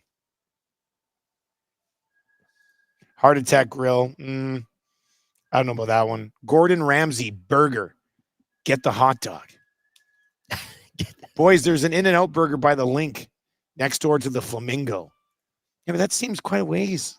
I'll have to look into that. We're kind of in the mix. I would like to try it. Yeah, just to see what all the hype's about, but I don't know if it's worth the like if it was here, you present it to me, I'm eating it, but where's Gordon Ramsay burger? Let us know on that one. I love going there and then getting the hot dog though. You know what? I saw one the other day, Wahlburgers. Have you ever been to Wahlburgers? No, but I heard about that one too. That's got some street cred to it, I think. Yeah. I'll take us for a $900 steak to old Salt Bay across the street there, hey? Yeah. Get an old salt sprinkle there. They can feed you meat right into your mouth. HR Daddy's about to pull the connection here. Be like, no, you're not going to Salt Bay and spending $900 on a steak. But the salt. Look at this one. Boys, don't waste your time with In-N-Out burger. The burger is like DQ, the fries are like A&W, and the shakes are like McDonald's. Collingwood Rump. But I like all those things. Oh, there you go. So maybe it's everything melded into one under one roof, one brand. Yeah, I mean, I like all that stuff. That's great. Maybe I should go. I mean, look, the burger. People are saying do not go to the Gordon Ramsay burger place. Yeah, Gordon Ramsay was garbage when I went in May. Horrible. Would not recommend. All of this because of a nonstop flight from YEG, Edmonton International Airport. We wouldn't be here without it. And you too can go anywhere. Where's that direct list again? It's so long. That's such a Vegas joke. Yeah. Montreal, Ottawa to see our next guest. Toronto, Vancouver, Winnipeg. Denver, Las Vegas, Los Angeles, Minneapolis, Nashville, Orlando, Phoenix, San Francisco, Seattle, Amsterdam, and Frankfurt. People can't hear Macramalla typing right now. He's but on we an old can, typewriter. and he types hard. Ding! This guy types hard. Wow. I was like, what's that noise? What's that noise? And it's just Macramalla being like, I have to send an email right Yes, now. with the hands. Yes. Yeah. Oh, that's good. Dusty Ramsey Burgers in Planet Hollywood. The Yard House. I think I saw the Yard House somewhere. All right, keep your suggestions for where we can get a good burg today. I think Maddie might want to do like a nice dinner or something tonight too. I brought a collared shirt. I brought a collared shirt too. I've been waiting to wear that collared shirt. No, I'm not gonna lie. it's hanging up. It's sitting there. Oh, I haven't hung mine up. Mine's Oh, still in okay. my bag. It's probably all wrinkly. I have to steam it. Gordon Ramsay won't care. The Edmonton Oilers had won 16 in a row. They played well last night, but they could not get the dub. Aiden Hill was terrific. Your thoughts on all of it? You can hit us up 780-218-9999, 780-218-9999. Johnny Accountant says, don't listen to the donkeys about In-N-Out. It's amazing and nothing like the other places described. Do it. It just seems like we've stumbled upon a partisan. The general, you're either in, you're yeah. out, The general says In-N-Out is horrendously overrated. It doesn't hold a candle to any Alberta Burger Baron. Well, nothing does. I mean, Burger Baron is the OG. All right. I mean, we've had so many messages on. Like he's writing his novel here. Ding! And he slices the paper off another page. That's memoirs. That's a good one. Macramalla intro 780-218-9999. EST legal analyst and guy who recently got into finger painting with the goal to replace the phrase "it wasn't a Picasso" with "it wasn't a Macramalla." That's a pretty good one. All right, let's bring in this guy so he can lay off his keyboard for a second. My goodness, Macramalla. Mercy. You type hard. Hey, you don't mess around with your typing. I type differently depending on who I'm typing to. So I was sending correspondence to Hong Kong. And with them, I feel as though I need to really be decisive. And it's very important. Now, I just logging in now. Okay, so I apologize. Well, first, where the hell's my cap? Okay, second thing is this feels like I'm watching like the audition for Wayne's World here. The two of you on the couch. I could say something else, but I don't want to get canceled. So where are you guys in Las Vegas? We are in, we are Las in Vegas, Nevada. We're at the Park MGM, and we are kind of rogue set up on the second convention floor, level 2, with other legitimate people. But we're just, we came here as in a partnership with the airport, and we were here for the Oilers game last night. We're not staying for Super Bowl. Oh, we are rolling out on Thursday. Right? Because why would you want to stay for that? Being in well, I'll say this, Macramalla, you won't believe this, but I probably will. Like, there's not much of a Super Bowl buzz right now. Really? We were wondering last night if it's just because like Vegas is Vegas. You know, it's tough to infiltrate regular Vegas setup, but like I have not seen a Niners or a Chiefs jersey in 48 hours down here, which is kind of very Is surprising. it because you guys haven't left the couch? Maybe that's the reason. Well, Dusty got accosted by this big financial fellow yesterday. Hey, like there's a lot of important people here in those suits. Hey, yeah, there's lots of people. You'd fit in well here. Very important, rich people everywhere. Well, I have some rentals there. So if you had told me you were going down, I would have said I have rentals in Vegas. They're one block over behind the Flamingo on East Flamingo Street, and I would have said I have rentals, but you can't stay there. That's what I would have said. So I would have communicated to you. Or do you actually have rentals? What? Are you making that up, or do you have rentals? No. Back in 2010, I bought 2 units on East Flamingo Road. It's like one of those. It's like a beautiful compound, like a Waco feel to it, without the fire and the helicopters. And it's like each is like 3 stories. There's a bunch of 3-story units. There's a pool, tennis courts, squash courts, a grand piano should the mood strike. And I remember going to visit them, And I remember the first one it was when the economy tanked in 2010. And so the first one I bought it off the bank, and then the people that defaulted on their mortgage, they turned around and rented the unit from me. And I remember saying to them, and I quote, "That's a shame." But I remember also thinking to myself, why is this place nicer than where I live? This doesn't make any sense. But yes, I have 2 units there, and I've had them for a long time. And but you're not welcome. You're not welcome. Well, do you come down, like outside of coming down here that time? Do you come to Vegas very often? Yeah, I used to go like maybe once a year or once every 2 years, which seems often. Last time I was there was for, I think, my buddy Andy Scott. He's he's Dreisaitl's agent. His bachelor party. I think that was the last time. I used to go. Then I haven't gone in a long time. I haven't been in a while. I just, it takes forever to walk 1 block there, and I'm not. It not a does. party It guy looks anymore. so close, right? It looks so close, and then you're like, oh, that's a 45-minute walk. Did but you miss Old it's right Vegas there. though? Were you an Old Vegas type of guy, or That's where I met Michael Jackson's father. Was at Old Vegas, one of the casinos there, and he looked, as he always looked on TV, angry and sad at the same time, which is a wonderful combination. This was a long time ago, so his family was still relatively intact. I remember though being at that bachelor party, being at the Cosmo, same with that hotel. Is that right? Yeah, the Cosmo. Yeah, and so it was like $20 a beer, and we got tired of paying for that, right? So I said, look, I can see from the pool, there's a, what's the name of that pharmacy? CVS. No, it wasn't CVS. The other one starts with a W. Come on now. Walgreens. Yeah, thank you. There's a Walgreens. It's right across the street. I'll go buy a bunch of beers and bring it back here because we're cheap and I'm Egyptian. This is what we're going to do. But it took me half an hour to walk across the street because it was so damn far. But I came back and I smuggled them, and they said, "Hey, what's that under your clothing?" And I said, "I suffer for gigantism," and then they let me right in. And we all drank beer that was far less expensive. I feel as though back then, it's where we are now across the board with all businesses in North America. They charged as much as they could get away with. Right now, we're seeing that everywhere. Yeah. I miss you guys. Yeah, that is. Why don't you? Is the room on the couch for me? I mean, you didn't invite me. Man, You don't invite me anywhere. You guys had a party. You didn't invite me there. Super Bowl. We could fit 6 people on this couch. True story. Really? It's a big. Yeah, it's a great couch. Why isn't Matt on the couch, or is Matt back home producing? Well, Matty, I think, went back to sleep. Matt's having a snooze. Yeah, he's having a snooze. Little rest. We sleep in shifts. So do you need him then? That's a good point. Yeah. Okay. Anyway, that's why And you don't want to sleep. He did set everything up. He set everything. Oh up. yeah. Yeah, With so one that's arm. nice.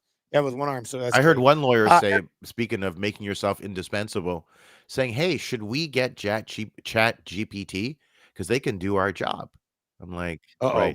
You don't want to do that. Genius. Based out of the tube. Yeah. Yeah, you do not want to do that. Okay, we have some serious stuff to get Oh. to. We were flying like Monday afternoon, London police with the press conference. That was a travel day for us, so kind of been out of the loop a little bit on this one.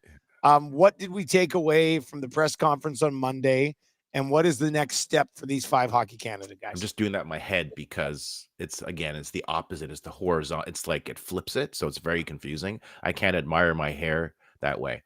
As far as the London police press conference, let me speak in kind, gentle terms. What an absolute disaster that was. No one is saying that. I get it. And they want to be careful, but I'm watching it and I am shaking my head. Detective Dan, the lady, was fantastic. Buttoned up, understood what she needed to say. The chief of police, Chief Trong, I believe his name is, really was in way over his head. And it's not because he went off script at one point and made the point that in part you blame sexual assault because how women are sexualized in social media. I don't know how that even made it into the press conference. It was starting the press conference by saying, "I will refer to her as the victim." Well, in criminal law, it's the complainant versus the accused. If you're holding a press conference for an indictable offense, and the expectation is that the accused are going to make this a jury trial because they have that election and they'll do it because you have 12 jurors and you need the verdict to be unanimous. So Barry Bonds can get off, anybody can get off, right? you're going to potentially pollute the juror pool because they're watching this going, oh, she's the victim, because the term victim is different than complainant. Victim suggests, of course, that someone was wronged, right? So right off the bat, the first sentence, I was like, what on earth is he doing? If I'm a lawyer for the accused, I'm pissed. I'm like, what are you doing? Now, no one's talking about this, but it's fine. I'll talk about it on my show tonight that no one listens to. So best I say it here because no one will hear it. I'm alone on that show in many ways. That was the first issue.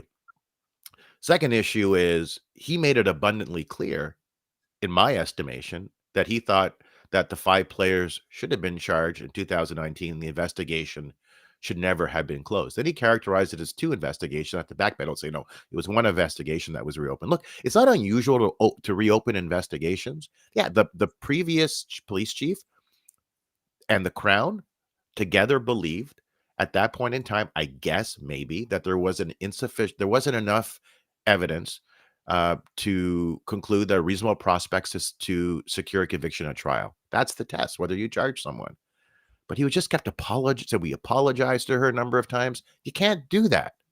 You can't. You have to be impartial. You've got to be empirical. And he fed in to the social media frenzy and got swept up by it.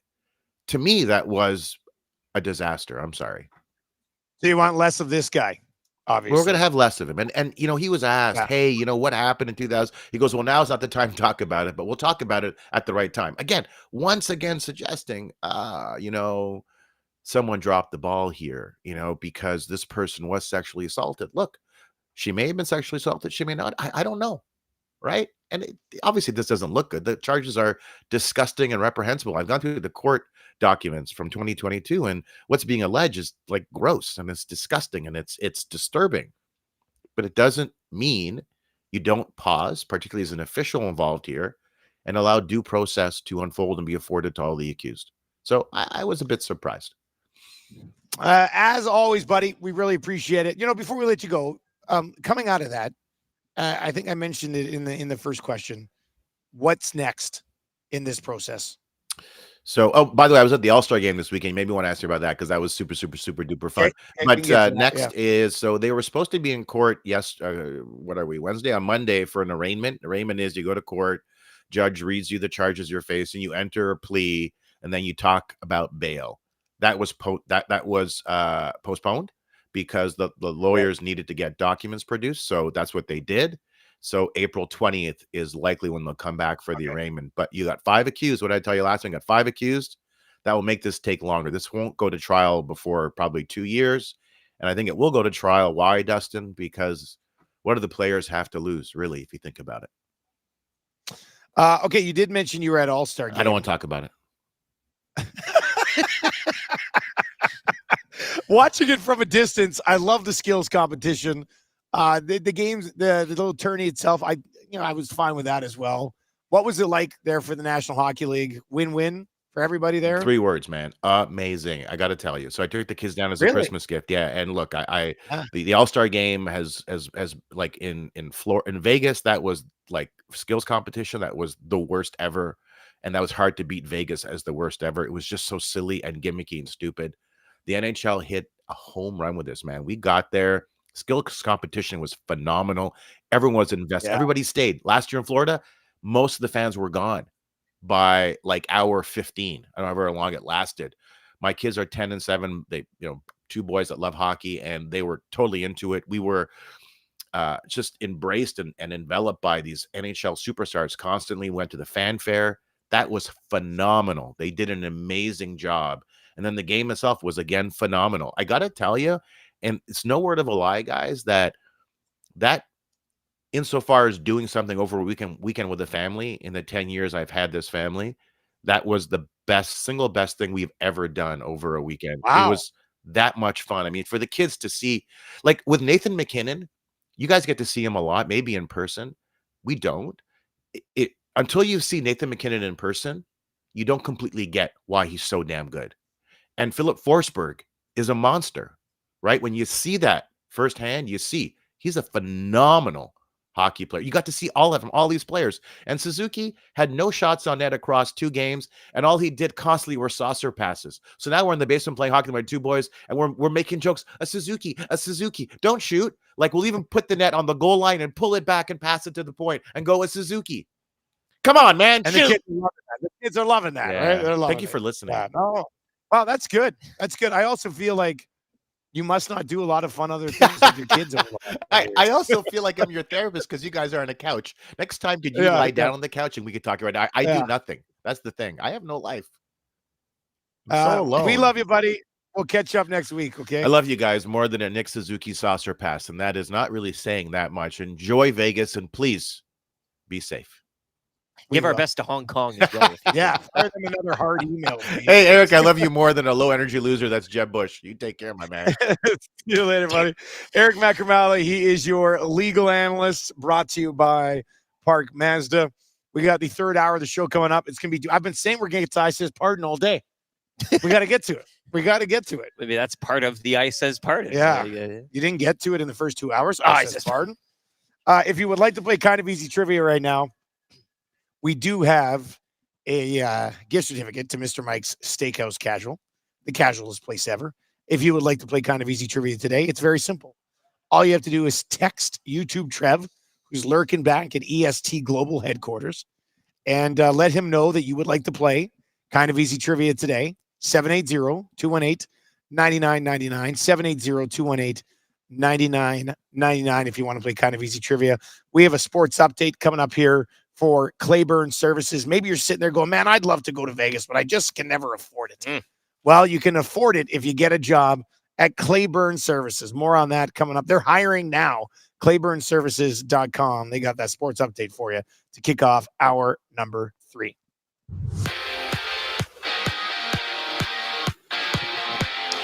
The Oilers streaking no more. Win streak snapped at 16. They fall to the Golden Knights 3-1 last night in a tight affair. McDavid with his 21st of the season. Vegas have won 6 of 8. The Oilers dropping points, of course, for the first time in 2024. Edmonton visiting Anaheim on Friday. Other action last night. Canucks 3-2 over the Hurricanes. Elias Lindholm with a pair in his Canucks debut. And Andrei Kuzmenko scoring as well in his first game as a Flame. Flames over Boston 4-1. Penguins would shut out the Jets 3-0. Oil Kings fall to Moose Jaw 5-2. Game 3 of that 6-game road trip goes tonight in Brandon against the Wheat Kings. Drumheller over Calgary 4-2 in AJHL action. Olds will host Grand Prairie tonight in the lone game. CFL tampering window continuing. Elks agreeing to terms with the CFL's reigning most outstanding special teams player Javon Leake yesterday. He's expected to sign a 1-year deal for the upcoming season. Alouettes have agreed to terms with Canadian defensive lineman Isaac Adeyemi Berglund. He's expected to sign a 2-year deal. Former first-round pick played a rotational role with the Stamps during the past 2 seasons, and Hamilton agreeing to terms with American defensive lineman Dwayne Hendricks. Sports Update brought to you by Claiborne Services. Take your career to the next level with Claiborne Services. They are hiring all positions, including journeyman bricklayers and apprentices of all levels. Take advantage of their outstanding mentorship program and work with peace of mind, knowing they are an industry leader in safety. You can visit them at www.claiborneservices.com or make it easy. Give Jeff a ring, 780-910-6728. The Nielsen Show featuring Lieutenant Eric. Only on Edmonton Sports Talk. Someone screaming. Oh, you guys.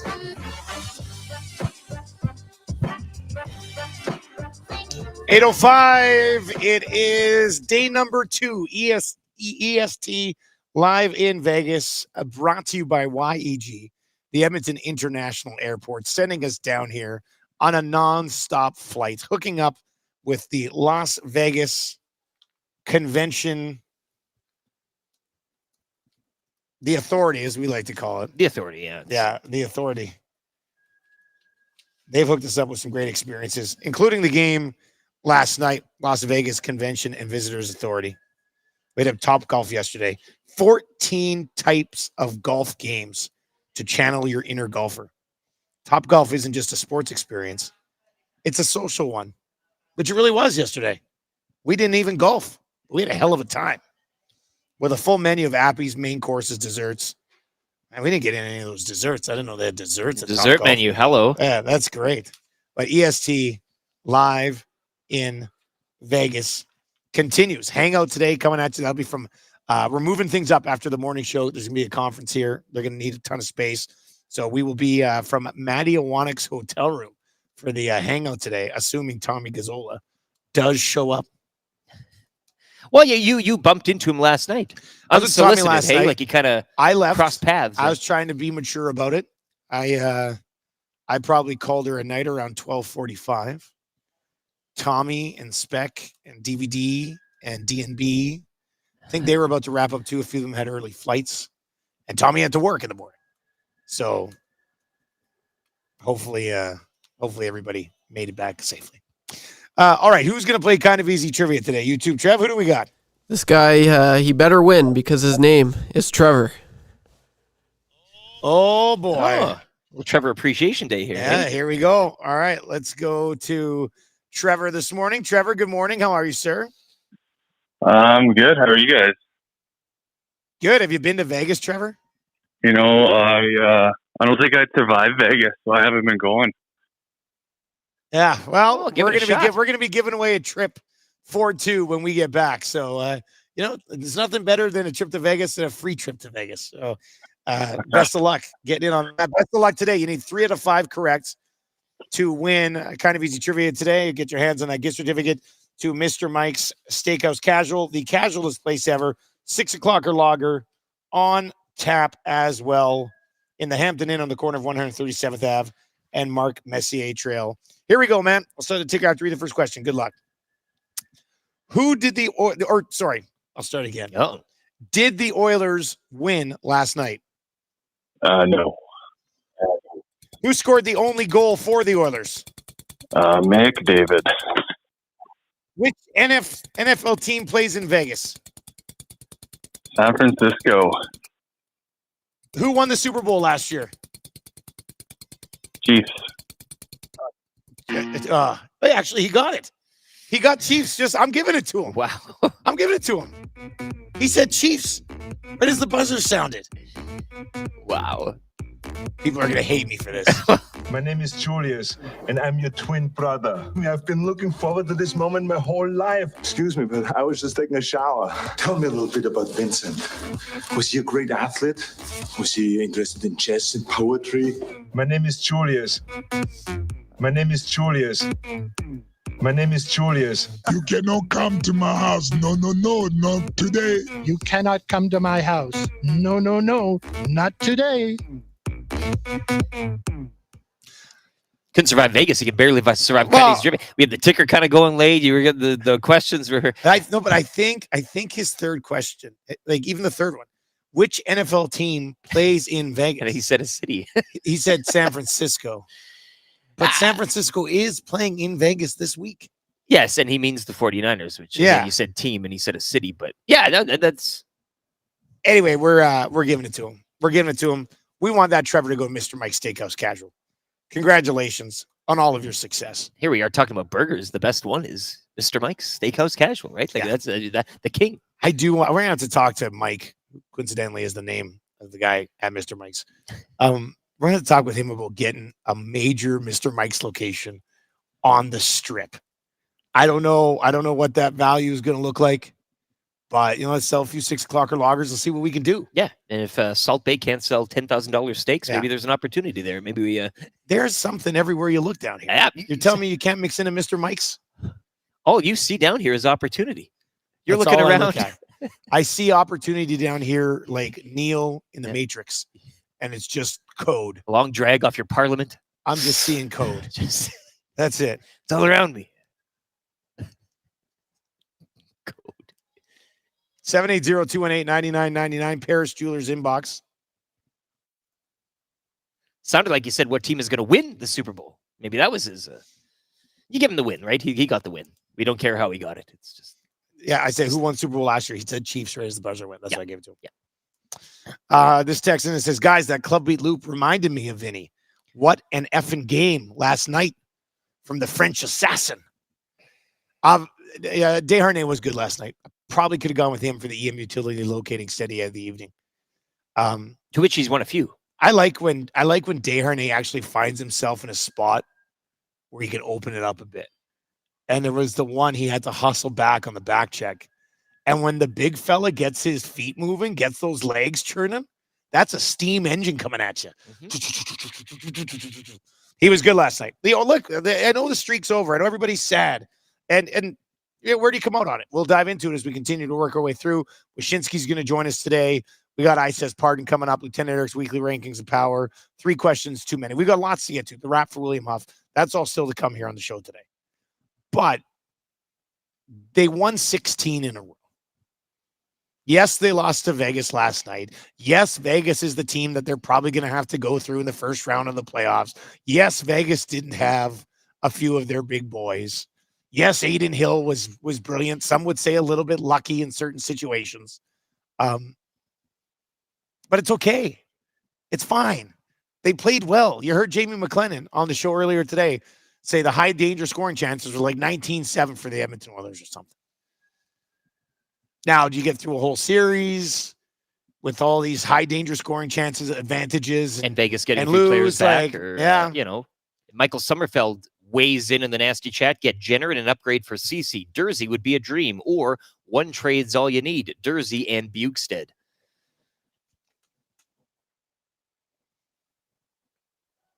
Smitty the welder, Bouchard was terrible last night, so lazy. I did think Bouchard looked a little disinterested last night. I thought that was, and we haven't said that a lot about Bouchard a lot lately. No. But I thought that was one of Bouchard's most lackluster games in quite some time. That's come up in the past, too. But once again, team played well. They played well. Yeah. They played better last night against Vegas than they probably did in, I don't know, pick a number, 5, 6 games on the win streak. And they still lost. Yeah, well, that's what they'll say. Well, they played a good game, man, but they still lost. You have to be concerned. I'm not saying you're not concerned about a series against Vegas, especially if Vegas has home ice. But I think Vegas would be concerned as well in the series with the Oilers, right? It slices both ways there. Like, I don't think this is a have and a have not. Well, you watched last night's game, and don't you think the Oilers, as currently constructed, can beat Vegas in a playoff series? Sure. Where's that Bloody Mary? Is it empty? Ah, damn. I was going to make another. Well, the ice is melting, and we're almost half full. I was going to say, we're still glass half full, guys, but the Bloody Mary's almost gone. My water's kind of empty, too. So we got nothing here that's half full. But we're draining here. I think watching last night, and I saw it last night in the post game. I see it in the inbox. If you're listening on TuneIn or EdmontonSportsTalk.com, thank you. Tell your friends. If you're watching on YouTube, please subscribe to the channel. Closing in on 7,000 subs. We'd love to get thumbs there. Up too. Give us a thumbs up as well. Tell your friends about Edmonton Sports Talk. I don't think like the CC upgrade, the Fogle upgrade. I see all these people wanting upgrades, but I think the Edmonton Oilers, as constructed, can beat Vegas in a series. I don't think it's like if they don't. It won't be in 4 or 5. Yeah, no, right? No. Neither team's winning that series in 4 or 5. If they don't upgrade Cody Ceci, that's okay. I think they can still beat Vegas even with him. Sorry to be Mr. Positive Guy. But I think that's it. Now, I still think they should try to add, a depth defenseman just in case. Probably another forward just in case. But are you, Matt Cassian chimes in Paris Jeweler's inbox, trading Ceci is the dumbest idea. ...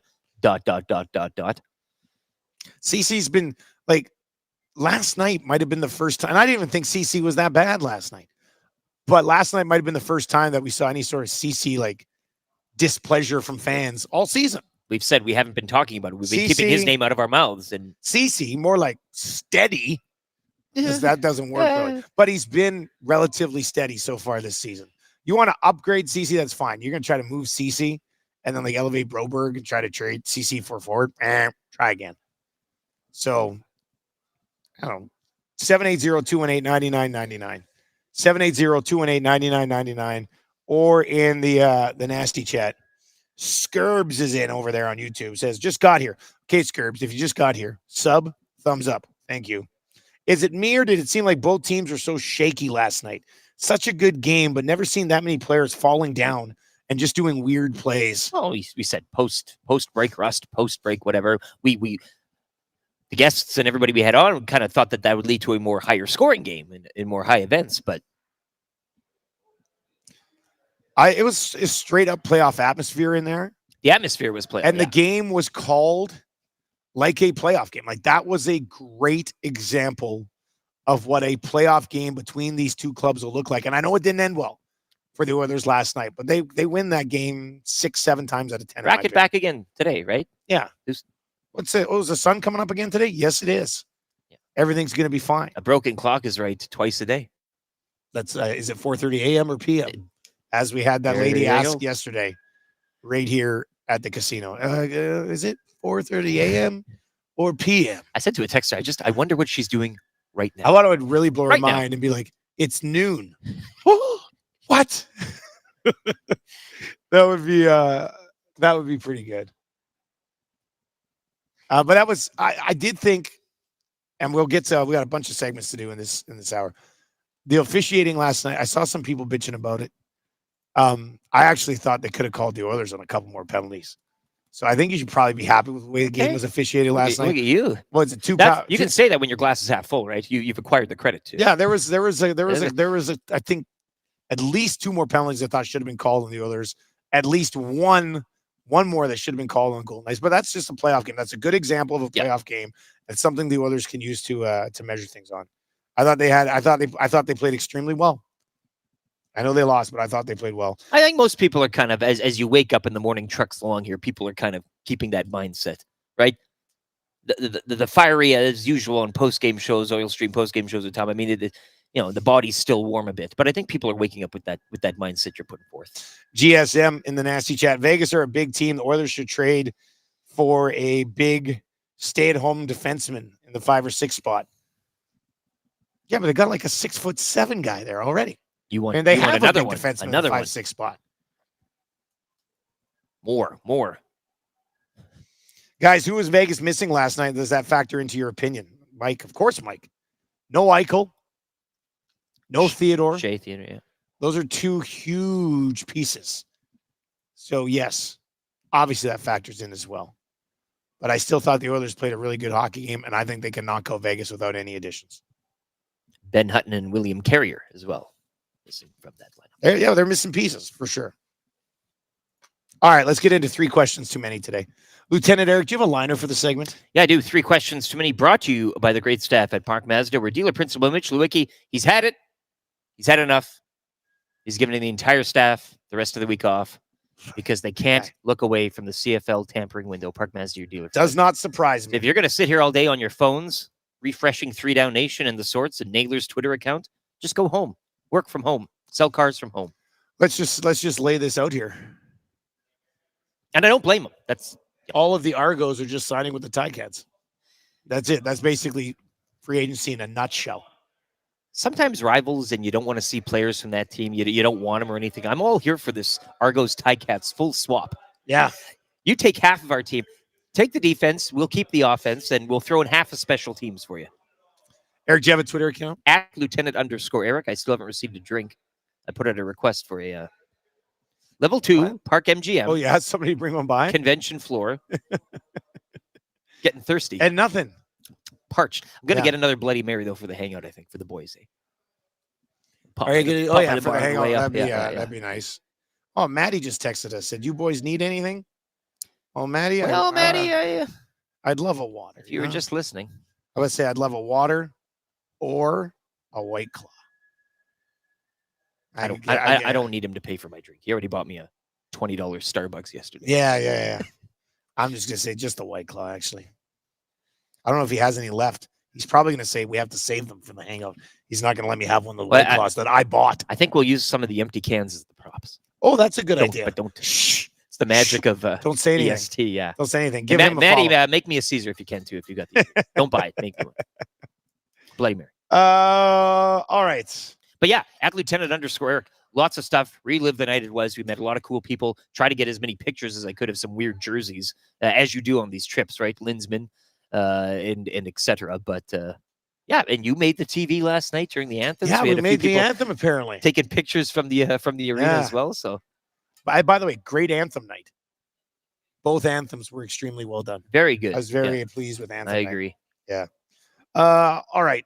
Question number 1. This came in very early in the show today. Has not been brought back up since by anybody, but it's always a great question when a team loses and like everybody's like, "Oh, I didn't like this, didn't like that." Could that loss, and I can't remember who sent this in, but we appreciate the text. Could that loss be the best thing that happens for the Edmonton Oilers? Yes.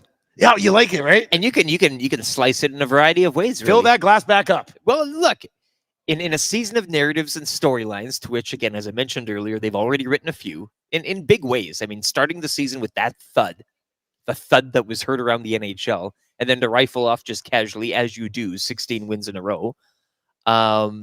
It's a funny old season. Now, the Golden Knights are the nemesis. We identified that, right? The Steinbach. Kings, you're out. Golden Knights, you're in. You are the official nemesis now, and they're the Cup defenders, right? They've gone and done it already. So you see this narrative developing as, they're trying to get over this hump, right? Vegas still owning them in the regular season. They're so close. And you can see this kind of getting to the playoffs, and then them finally, because they've lost it. They lost last year in the playoffs. They're losing here in the regular season, but very tight. So with the Golden Knights winning the Cup last year and the Oilers trying to get over that hump and trying to get through their window and all this stuff, I could see this as, yes, you lose these regular season games tight, but when you get to the hockey that truly matters, I could see them kind of using all of this to get over that hump eventually. When it comes to Vegas, it's like climbing up on a camel. You got to get over that hump. And sometimes they have two. Sometimes they do have two humps. You get over the first, and you're like, gee, I know. And then this is going to be a weird sort of confession, but I would really like to sit between the camel humps. Hey, it looks comfortable. Like the spot between the two camel humps on a two hump camel, it does look very comfortable. Built-in saddle. Yeah. You're Has anybody ever sat in the spot between the humps on a two camel humper?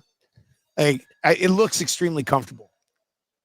780-218-9999. Second part of that question as well, or answer. Approaching the trade deadline. Let you know what you need. Well, that's and better to know now than to realize it later when you can't do anything about it. Not saying, I know Ken Holland, they probably have plans in place and everything such as that, and they're not going off based off, a win here or a loss here every night. But when you're winning close to 20 in a row, maybe in the back of your mind, you say, okay, well, this is, why would you want to disrupt what's going on? Now, okay, a loss, as I said, touch grass moment, you reevaluate everything, and then maybe do what you need to do prior to the deadline. It's not bad. Good discussion. 780-218-9999. Paris Jewelers inbox. I'll go visit our friends over at PJ's there. Question number 2. People prying into our privacy here, but not her. I was just saying somebody just walked by. But she had a nice this smile. Next question is, how much money have you guys lost so far? Great question, and I am not ashamed to answer. We're not hardcore. We're not a gambler by trade. Confession as well, I've never laid a sports bet. What? I just haven't. Wow. I've been in hockey playoff pools. Yeah, but you've never gone and had bet on Liverpool money.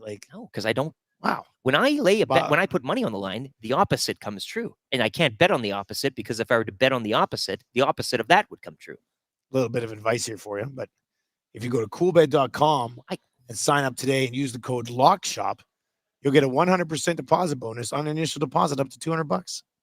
And it's hanging over my head. It's right there for me to reach out whenever I need it. Yeah. But to answer the question, again, not a big card guy. I'm not a card shark. I'm not a dice. Maddie wants to play craps, eh? Roulette and craps. Yeah, Maddie wants to muck me, lady, tonight. That's what Maddie wants to go out tonight. And that's why I said, got to get an afternoon nap in today. Just a little one. Because that'll push us through the night into tomorrow. We have to check out tomorrow. And then we got like afternoon. So there's no afternoon nap tomorrow. Yeah, and tomorrow's going to be hellacious. But no, and yesterday after I shut my eyes for a half an hour after the hangout, I decided to pick myself back up again off the mat. Went downstairs, got some fresh air outside. You still haven't said how much you lost. Getting to that. Oh, okay. Got a Bloody Mary. Then I sat down at the machine. Put in a 50. Got that up to 100. Oh. Then took that 100 down to nothing. Classic so I'm down Vegas. 50. I'm down 50, right? Changing 500. Vegas 1, LTE 0, or at that point it was 2-0. But So I'll you're be down back. 50. You're down 50. I will be back. Yeah. I'll get that back. You also gave me 10 that we put into that machine last night. Yeah. So you're down 60. Yeah. Yeah, because I put 10 into a machine. That's free money though. And then we just hit max play, and it took all of it. Well, you just wanted the big arm. I wanted the novelty of. I wanted to pull the big arm. Yeah. And so I was like, what? So I did that. I think I'm down, and I do bet on sports. Mind you, I haven't placed a sports bet yet since we've been here. We've just kind of been busy. I might go pop by a sports book today. But I think as far as I've only done slots, I hate slots. I only did them to kill time briefly. Yeah. I think I would be down the 10 that I put in last night. 5 I put in at the machine when I was getting the boys coffee. Yeah, so I'm down $35. That's it. Ice glasses. Look at this. Oh, we're gonna share a White Claw. Oh. What? Oh. What are the glasses for, Maddie? Oh, warm claws. Yeah. Thank you. Yeah. That's really spare no expense. Pineapple too. Yeah, spare it, no expense. What a guy this Iwanek. Did you have a little bit of a snooze, Maddie? 30 minutes. Perfect. We were just saying perfect. That's perfect. Did you get out though, or did you just shut the eyes? My 30 minutes. You were out? Right You're out. Oh, a sleepy boy. Feeling good now though? Look at that. Thumbs up as you walk. I love it. Oh, this is the pineapple one. I'm not gonna lie. I hate pineapple. Let's see how this goes over. White Claw, you've done it again. You genius. Unbelievable. I'm going to try the mango. Presenting sponsor of the Hangout, White Claw. You got the mango. I had a mango one yesterday. I think I like pineapple more than the mango. Maybe I like pineapple. I'll just go to the can. I never really try it much. Maybe I do like pineapple. So yeah, he's lost $60. I've lost 35. We're not big gamblers. But I'm having a great time. We're having a good time. That's the thing about Vegas. Hey, you got to pay to play. Come down, cheer for your team. You don't have to spend $4,000 at the tables. No. Well, I didn't try to chase it, right? Yeah, that's true. That's getting the chase game. You don't want to be chasing. All right, question number 3. This came in. This is a funny one. Dusty, have you thought about reversing the whisper on Stoff? So let's just quickly recap. Yesterday, if you missed it, the Hangout, great show, DVD, Tommy, the boys. And you missed it. I missed it. Which was funny in itself. I mean, the one moment. Trash for a little bit. So I wake up, my Twitter is like blowing up for me. I'm like, what's going on? And then I was still like in and out of it. And I saw like a weird screen cap of your wife got a great screen cap of Stoff. He looked so happy to be joining us. Yeah. So Stoff came by, popped in quickly, like 2 minutes, had a full-blown Red Bull going as per usual. Tall boy. And so he was on the Hangout for a couple minutes. And then he all of a sudden just appeared back. Like I didn't see him. Then I'm sitting down to do lock shop and Stoff like appears right beside me. And he goes, "Are you on?" I said, "No." And then he leans in and he whispers a little sweet something in my ear. And I'm not saying what it was, but people are guessing what it is today. And it's great. And the guesses have been amazing. What did Stoff whisper in my ear yesterday outside of, sweet nothings? There's been some good ones so far. This is how you're going to get in the mix for text of the day today. But good question. You think I should reverse the whisper? Yes. Then what would I whisper to him? 780-218-9999. I mean, what do you want to what do you want to communicate to Stoff through Dusty as your proxy? Is there something that you want to tell the big guy? I don't know what. And then would it be based on what he whispered to you, or is this just a standalone? Like now you're gonna hit one back here. Does it have to be based off the original whisper? No, I don't think it has to be tied into the original whisper. With that being said, I would like to tie it into the original whisper. I'll just leave it at that. I can't say anymore. I can't say anymore. You working on the weekly rankings over there? It's going to be good. Things Stoff whispered to me yesterday on this very couch. And he whispered, winked, and disappeared like Santa Claus going back up the chimney. And you were sitting up. You weren't lying down, right? No, I was sitting right here. You catching a Z, and then he comes by and kind of whispers into your dream, right? He said it, and I immediately went like this. I went James Franco gif where he goes, and then I says, pardon? And then he was gone. He was gone. Did you get to that? We can do I says pardon. Yeah, we'll do I says pardon. There you go. That's 3 questions. What did Stoff whisper in my ear? Have some fun with this. 780-218-9999. 780-218-9999. Red with a good one. This can is half full with vodka. Yeah. Breathing on you. Trev, is Wyshynski ready? Did you call Greg? No, I did not. I'll get that going right now. Yeah. Get. Let me know when Greg's ready in the chat. Let's get into I Says Pardon right now for Lawyer Central. A clean slate at an affordable rate. Maybe you haven't been able to come to Vegas because you did something stupid in the 90s and you have a record. Old Vegas. Not anymore. www.lawyer-central.com/pardons or call 1-888-288-8177. Everybody makes stupid mistakes. If you're still paying for yours, you do not have to. www.lawyer-central.com/pardons. Find out more about getting the pardon. We got to get into the Canadian Football League here. The news yesterday from the CFL, it just kept coming and coming and coming. And I says pardon. The big one was when you guys told me. I think I literally said you broke it to me. Well, and I says pardon when I saw it. Yeah. You says I says pardon when I told you. Who's the nailer now? It was you who told the nail gun. The Edmonton Elks have been searching for a returner for how long would you say? Since the Giz, the Jones era, at least, right? Well, at least since since first Jones era. Yeah, really. Jones won. Like they have not been able to find a returner for a decade. In fact, they have. It's a bona fide go-to guy. They've had a few auditions have kind of come and gone, but had a kick return this year. Finally ended the streak. Or was it a punt? Either way, it doesn't matter. It happened. But they have signed, or they will be signing. It's tampering period right now. Yeah. But Javon Leake, who I know, like with Mario Alford and Janarian Grant, some excellent returners in this league. He was the best one last year. Most outstanding special teams player. That's something when you're in that company, hey? What would John Hammond from Jurassic Park say about this? He could say a variety of things. Mommy, the fleas. Look at the fleas. The fleas. Spare no expense. Spare no expense. That's your line. No, I know, but he has a variety of lines. I mean, his whole role in that movie is electric. Yeah, he's great. That's a big one. It's great. Javon Leake coming in to help the return game is a significant move. And I says pardon. Well, how about the Bombers keeping both Dalton Schoen and Brady Oliveira at somewhat reasonable deals? I says pardon. I says pardon. What about the Riders? Apparently getting AJ Ouellette from the Argos. I says pardon. The Argos are just being pillaged by teams hemorrhaging around the league. I says pardon. Defensive lineman gone. Offensive lineman gone. Running back gone. Return man gone. Beatty was kicking for them, was he not? Or Montreal? Beatty's Montreal. Yeah. But anyways, hemorrhaging players. And most, if not... No, Beatty's Toronto.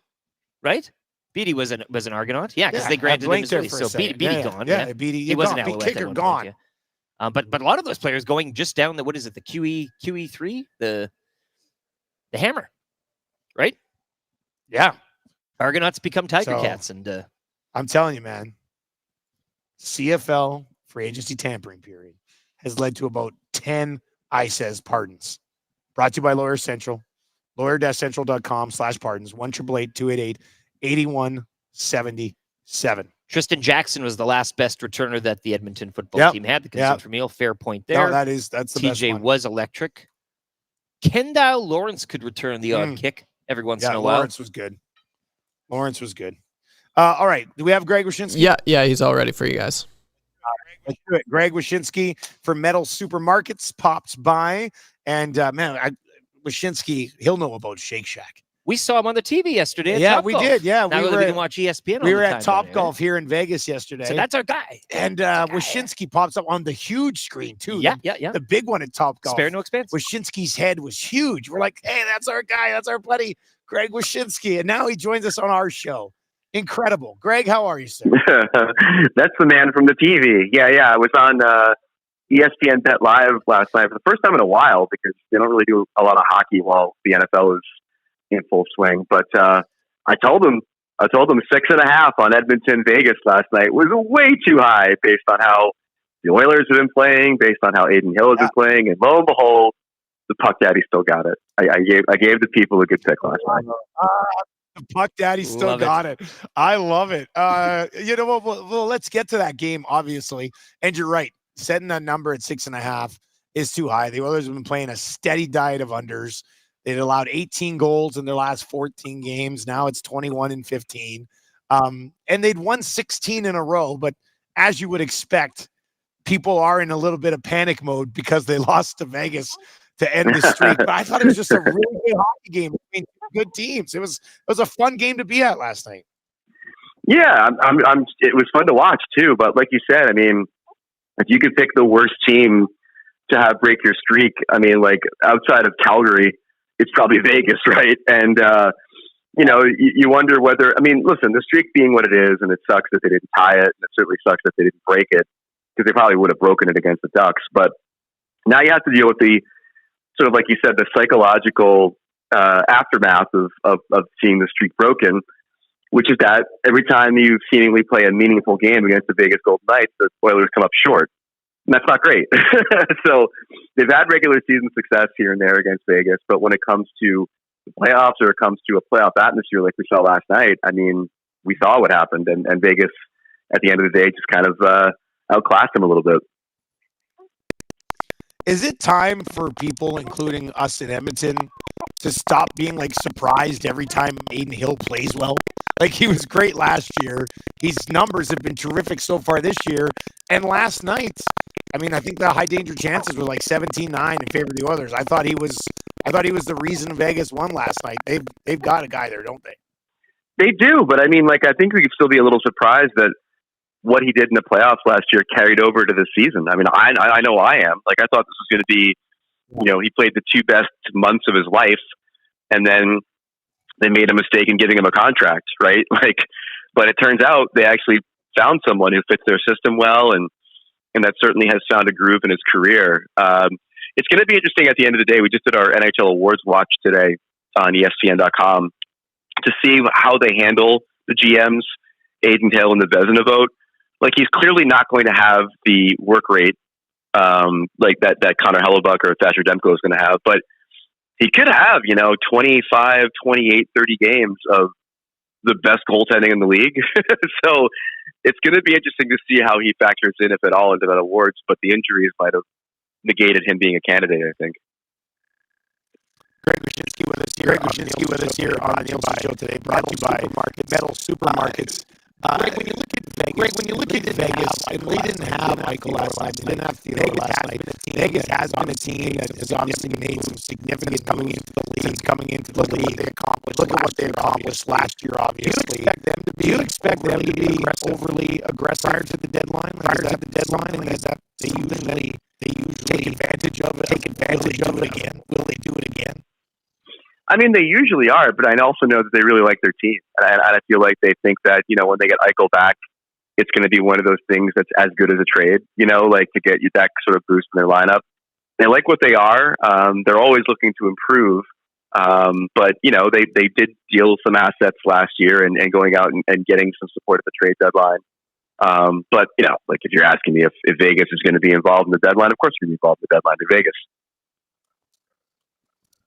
Greg, just switching gears a bit, taking a look at the league as a whole, All-Star Weekend in Toronto. Your thoughts on that? How did you experience and digest it? And rip-roaring success, the memes, name plates at the bottom of the jersey, driving people wild. What did you take away from All-Star Weekend? I took away a cold and a hangover from All-Star Weekend. But other than that, no, it's interesting. So the skills competition in particular was the big change, with Conor McDavid, having input on it and revamping it, recentering it into more of hockey skill. One, I think they could probably find a happy medium and jazz it up a little bit if they do this again next time. But two, I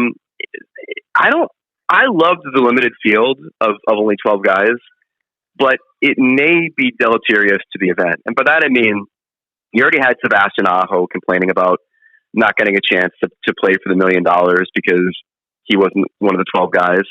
And when you limit the field to 12 guys, you limit the number of really big television markets that might be otherwise engaged in the skills competition. I mean, there was nobody from, the Rangers. There was nobody from, Detroit, I don't think. There was a number of markets that were not represented in the skills competition. And so if you don't have your guy in it, you may not watch. And that's kind of like what we've learned from hockey fans over the years. So, as much as I loved it, it may actually have been sort of self-defeating a little bit insofar as trying to get more people to watch the skills competition. Hey, I know you said you just dropped the awards watch. What's the best race in your opinion right now? Calder, baby. I was shocked. The gimmick is we get the actual ballots from the actual voters to see where the wind is blowing for the people that do decide the awards. And Brock Faber has caught up to Connor Bedard. It's a dead heat. It's tied insofar as the number of first place votes. Obviously Bedard has been out since early January with a broken jaw, still leading all rookies in goals and points. But Faber's been kind of building a case against him even when he was healthy. The amount of time that he plays for the Wild, the role that he plays for the Wild. There's a lot of people out there that think that he's a special defenseman and has played well enough to win Rookie of the Year this year, with Bedard missing the amount of time that he missed. So that was the big surprise for me, is that although I tend to believe Bedard's still going to win the Calder, it seems sort of predestined. As of right now, Faber's completely caught up to him. Greg, before I let you go, we had Shake Shack for the first time ever in our life yesterday, and that burger was absolutely delicious. We're hoping to have another. We're hoping to have another delicious burger here in Vegas today. Do you have a suggestion for us? Oh man, geez, I don't even know what's in Vegas as far as burgers go. Burgers are not my modus operandi in Vegas. But what did you get? What did you get at Shake Shack in particular? Well, I went double bacon and cheese, double bacon and cheese, and it was delicious. It was smart man. Yeah. And the other thing too is that they've got. Oh wait, have you guys had In-N-Out? No, okay. I'm glad you brought this up because people are like, go to In-N-Out, but then we've got a bunch of people who are like, don't go to In-N-Out. It's completely overrated. Terrible, yeah. So Strong we'll take words. your advice. What should we do? It's not religion, and I actually think that Shake Shack's better, but you should try their burger. Their fries suck. I mean, that's where Shake Shack really has them. But you should definitely have a burger there and see what you think. I mean, it is a rite of passage. As always, buddy, really appreciate it. What's dropping next at ESPN? Oh, I don't know. I'm talking to Charlie McAvoy soon about the Super Bowl, so that's going to be exciting. He's been making picks on our podcast throughout the playoffs. He's 7-5. He's not bad, but I'm interested to see where he's going on the bowl. Are you on the Niners or the Chiefs? No, I'm on the Chiefs. I can't bet against Mahomes and Reed. Can you? Yeah, not as an underdog. I mean, it just doesn't make a lot of sense. So. Exactly. Thanks a lot, Greg. Appreciate it, man. I'll talk to you. There you go. That's Greg Wyshynski, probably the largest Oilers supporter outside of Edmonton. Picked him to win the Cup 2 years in a row. I call him a rooter. Brought to you by Metal Supermarkets, your convenience stores for metal. Any metal, cut to size, ready fast. 2 locations in Edmonton, West End, South Side, or online at metalsupermarkets.com. Thrash metal, death metal, black metal, they got it all, hey? They do them all? They do them all. Yeah. All the metals. All different types of metals. Hey, Ocho Cinco's checking in. Good. He tweets out, it's a beautiful morning in Vegas. Slightly chilly and Grits Cafe for breakfast is on the horizon. Smiley face. So in town, former CFL guy, the tampering window is afoot, and he's at the place where all the news is breaking, eh? I wonder if I see you replied and said CFL tampering window. Hey, why not? Get him in the hangout. I wonder if he knows a place where you can get a good burg. Probably. Sure, he'd have a few. I'd check out this Grits Cafe. Eh?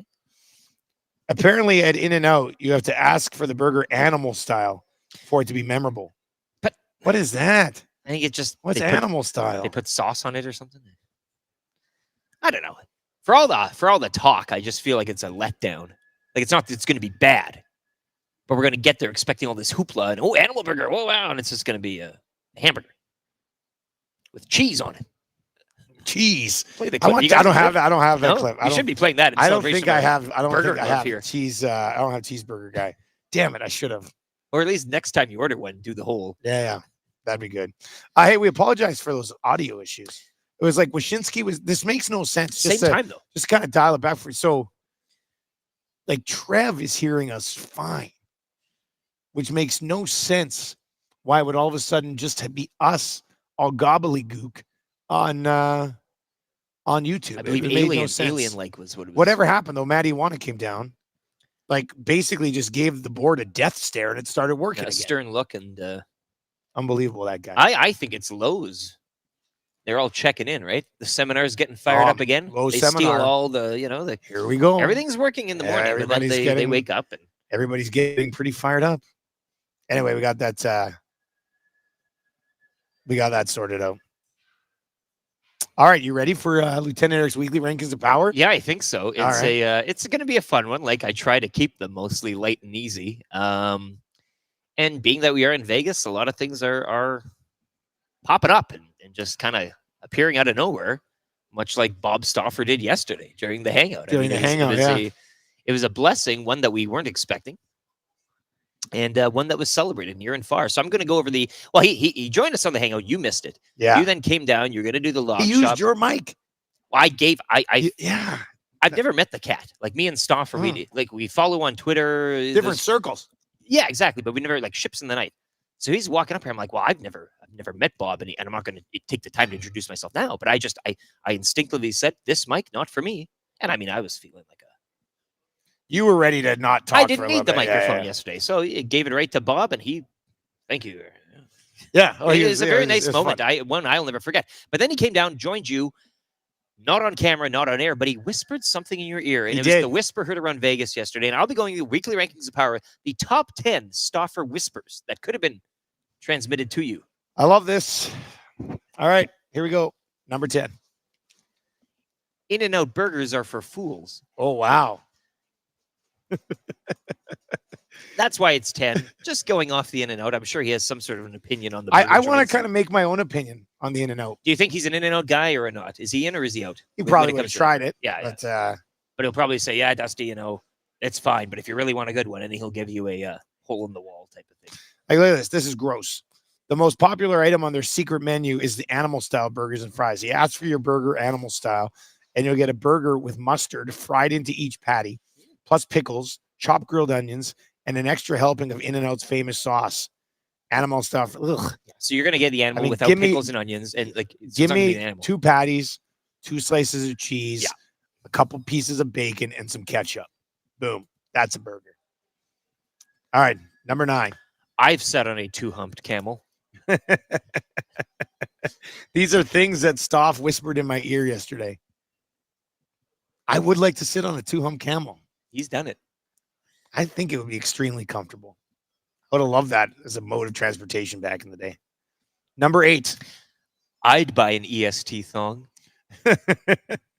Jack Cookson.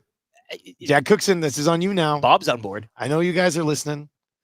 If we and Staff co-promote the EST thong, can we make that happen? Number 7. Kulak's not going anywhere. That comes in from La Bamba guy in the nasty chat. A few of these obviously borrowed from Kulak's not going anywhere. Viewers throughout the morning, because you guys are just so much more smarter at this. That's why you have to whisper it, because everybody thinks he's thinking Kulak's in play. Kulak's not going anywhere. Kulak's not going anywhere. With a wink. Wink. All right, number 6. Nasty Club member 32 checking in. That's a good.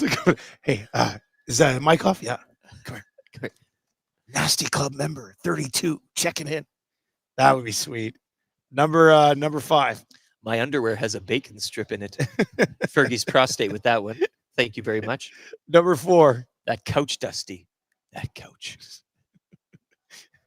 Number 3. Something's happened in here, right? Did you know that Fly Yag and Edmonton International Airport offer nonstop flights to a variety of exotic destinations? Of course I do. Bob, of course. Do you not know why we're here, Fly YEG? Come on. The Edmonton International Airport, non-stop flights to Vegas and beyond. Bob knows. WestJet Flair Airlines. And we had somebody today who texted in and was like, boys, I've booked 5 nights. Locked in. Non-stop flight. And they're going to stay at the Park MGM. They're just going to relive our trip. Works especially well with Vegas. is You great. Non-stop flight down here, then you non-stop go for 5 days. Non-stop home, baby. Non-stop home. Last thing you want to do going home from Vegas is to have to get onto a second plane. Make me puke, why don't you? All right. Make me puke, yeah. Number 2. I feel like I'll have to say them in a whisper too, just Yeah, to kind you of. should. I am Trina's oil. That's what everybody thinks, right? Yeah, I mean it's a That's what everybody thinks. urban myth or whatever. That's a good one. All right, and number one. Number one in the scenarios of what Bob Stauffer whispered in your ear yesterday, Dusty, I am Garfield. He's both. He's Garfield and Trina Soil. He is Batman. Staff is Garfield. I am Garfield. Garfield is Staff. You got the whiteboard. You're Garfield's a man. It's been him all along. Yeah. How did we not see it? He's a cat. He's a woman. How did we not see He's it? Bob. Yeah. Dex is in and says 2 slices of cheese is too much.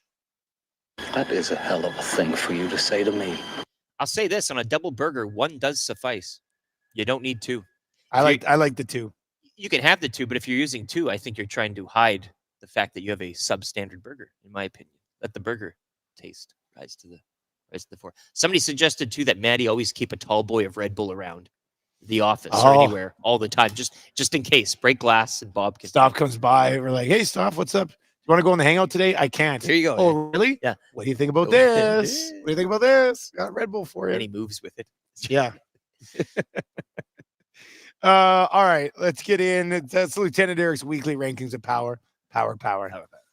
Let's get into your sound of the day, text of the day. It is the wrap for William Huff. If you want your place to look as good as ours, it doesn't work here. It works really well in the studio, but we do look good because we do have one of our stand-up, what do you call them? Pull-up banners, stand-up banner, pull-up EST banner sitting here. And we wouldn't look professional if it wasn't for William Huff. Have your company look professional too. WilliamHuff.com. They've been doing it since 72. What'd you learn on the show today, buddy? Well, I learned about the IV bag bus tour that Jamie McLennan taught us about. Yeah. I come down here and get the IV drip or whatever. You go to the IV bar or something, or as Noodle said, you can phone the front desk and they'll bring a nurse up. Doesn't sound healthy. Hook you up, Yeah. needle your arm. But Noodles told us that there's a whole bus you can get on with other merry people who have had a long night or a long morning and sit on there and get toured around like the sights of Vegas as you're replenishing yourself. I found it fascinating. I learned just through conversation on YouTube and text lining with you, Eric. I learned that I think the Edmonton Oilers, and Matty Iwanek would disagree. Maybe we get into this on the hangout today. Brought to you by White Claw. Tommy Gazzola. Love it. Coming in 6 minutes pre-hangout. We got to move some of the equipment up. Hangout will be starting probably around 10 after today because we're going to relocate up to the room. But I learned that I think the Oilers, as currently constructed, can beat the Vegas Golden Knights in a series. I know last night they lost. I know many of you want them to add significant pieces. I think if they just keep the same thing, I think they win that series. Huge homer in Vegas. Look at me. I'm going to be standing out like a sore thumb. Well, Rashad always says, rack it, re-rack it. Yeah. Whatever. I think Rashad came up with that. I think he did. Racket. That's one of his things. Re-rack it. All right, let's get to your sound of the day today. We still don't want to play the new one, and I know other places skip along that Vegas it. Vacation soundboard you were toying with there, fiddling with. Yeah, we do have that. I want to get to because we met Dallas from Nelson. Yeah. I don't want to play the one, his third one, because I just don't want to play that one after. And his wife made a great montage video to pair with the song as well. Yeah, let's hit the Bouchard again. Yeah, so we met Dallas, who did these songs from Nelson. We met him yesterday at Top Golf. Him and his wife Candace, lovely couple, great people. And so let's do this. Let's, in honor of meeting Dallas from Nelson yesterday, let's go with the first banger he submitted.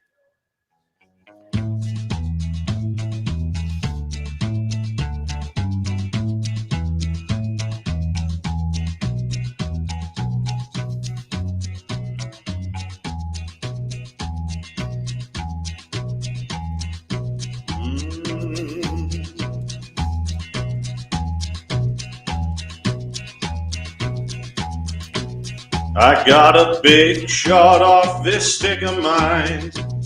I keep those lanes wide open all the time. Drysidle setting up shop, McDavid's flying. I'll hit the twine when I walk the line.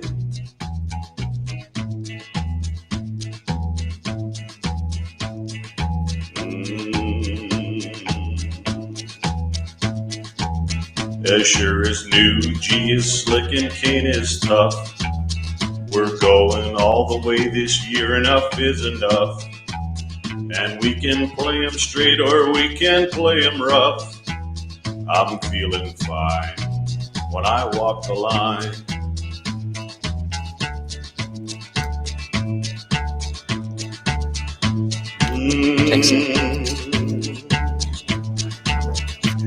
You know I shoot that puck so very, very hard. The name on the back of my jersey says Bouchard. And we're gunning for first place, not a wild card. I'll hit the twine when I walk the line.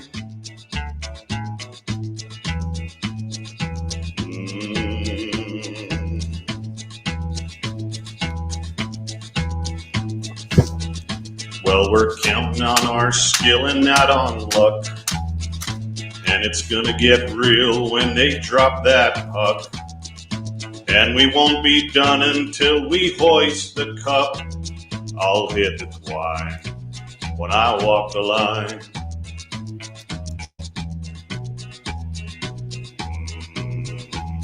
Ah, it was nice. It was nice to actually meet the man himself.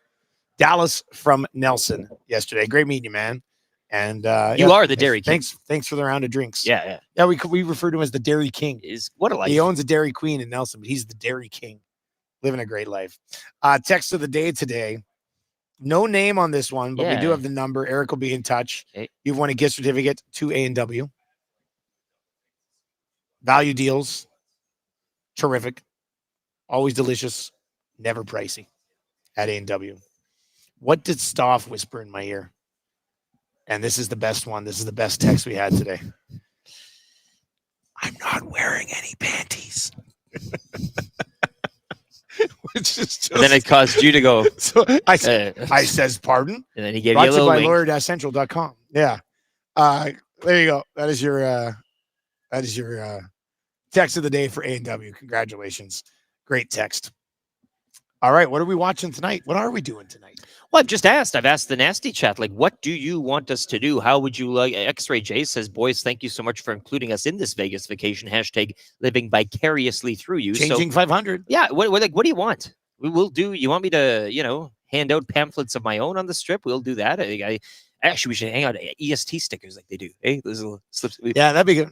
You want one? You want one? No thanks. No thanks. No thanks. Dressing some sexy. But now anything. I mean, somebody suggesting too, we just ditch the burger game. Go get some dogs, some raw dogs. Oh yeah, no, that's dogs good too. Or whatever like that. But let us know. I mean, DM, text us. Again, we kind of now have a we got a little window. We got a little window here. Little runway to experiment. We'll see how tomorrow's show goes. It should be a good one.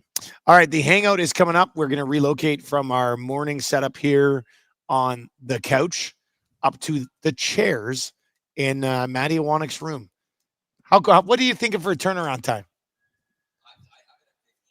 50. You won't need 15. What were the mock trials? You won't need 15. The mock runs. Those elevators come quick. Tedious. Wow. Oh, that'd be good. Yeah. All right, the hangout's coming up. Is there any way we could take this and do a show as we're going upstairs? Keep it all connected and. It's like when George moved the Frogger. That'd be pretty. Yeah. Yeah.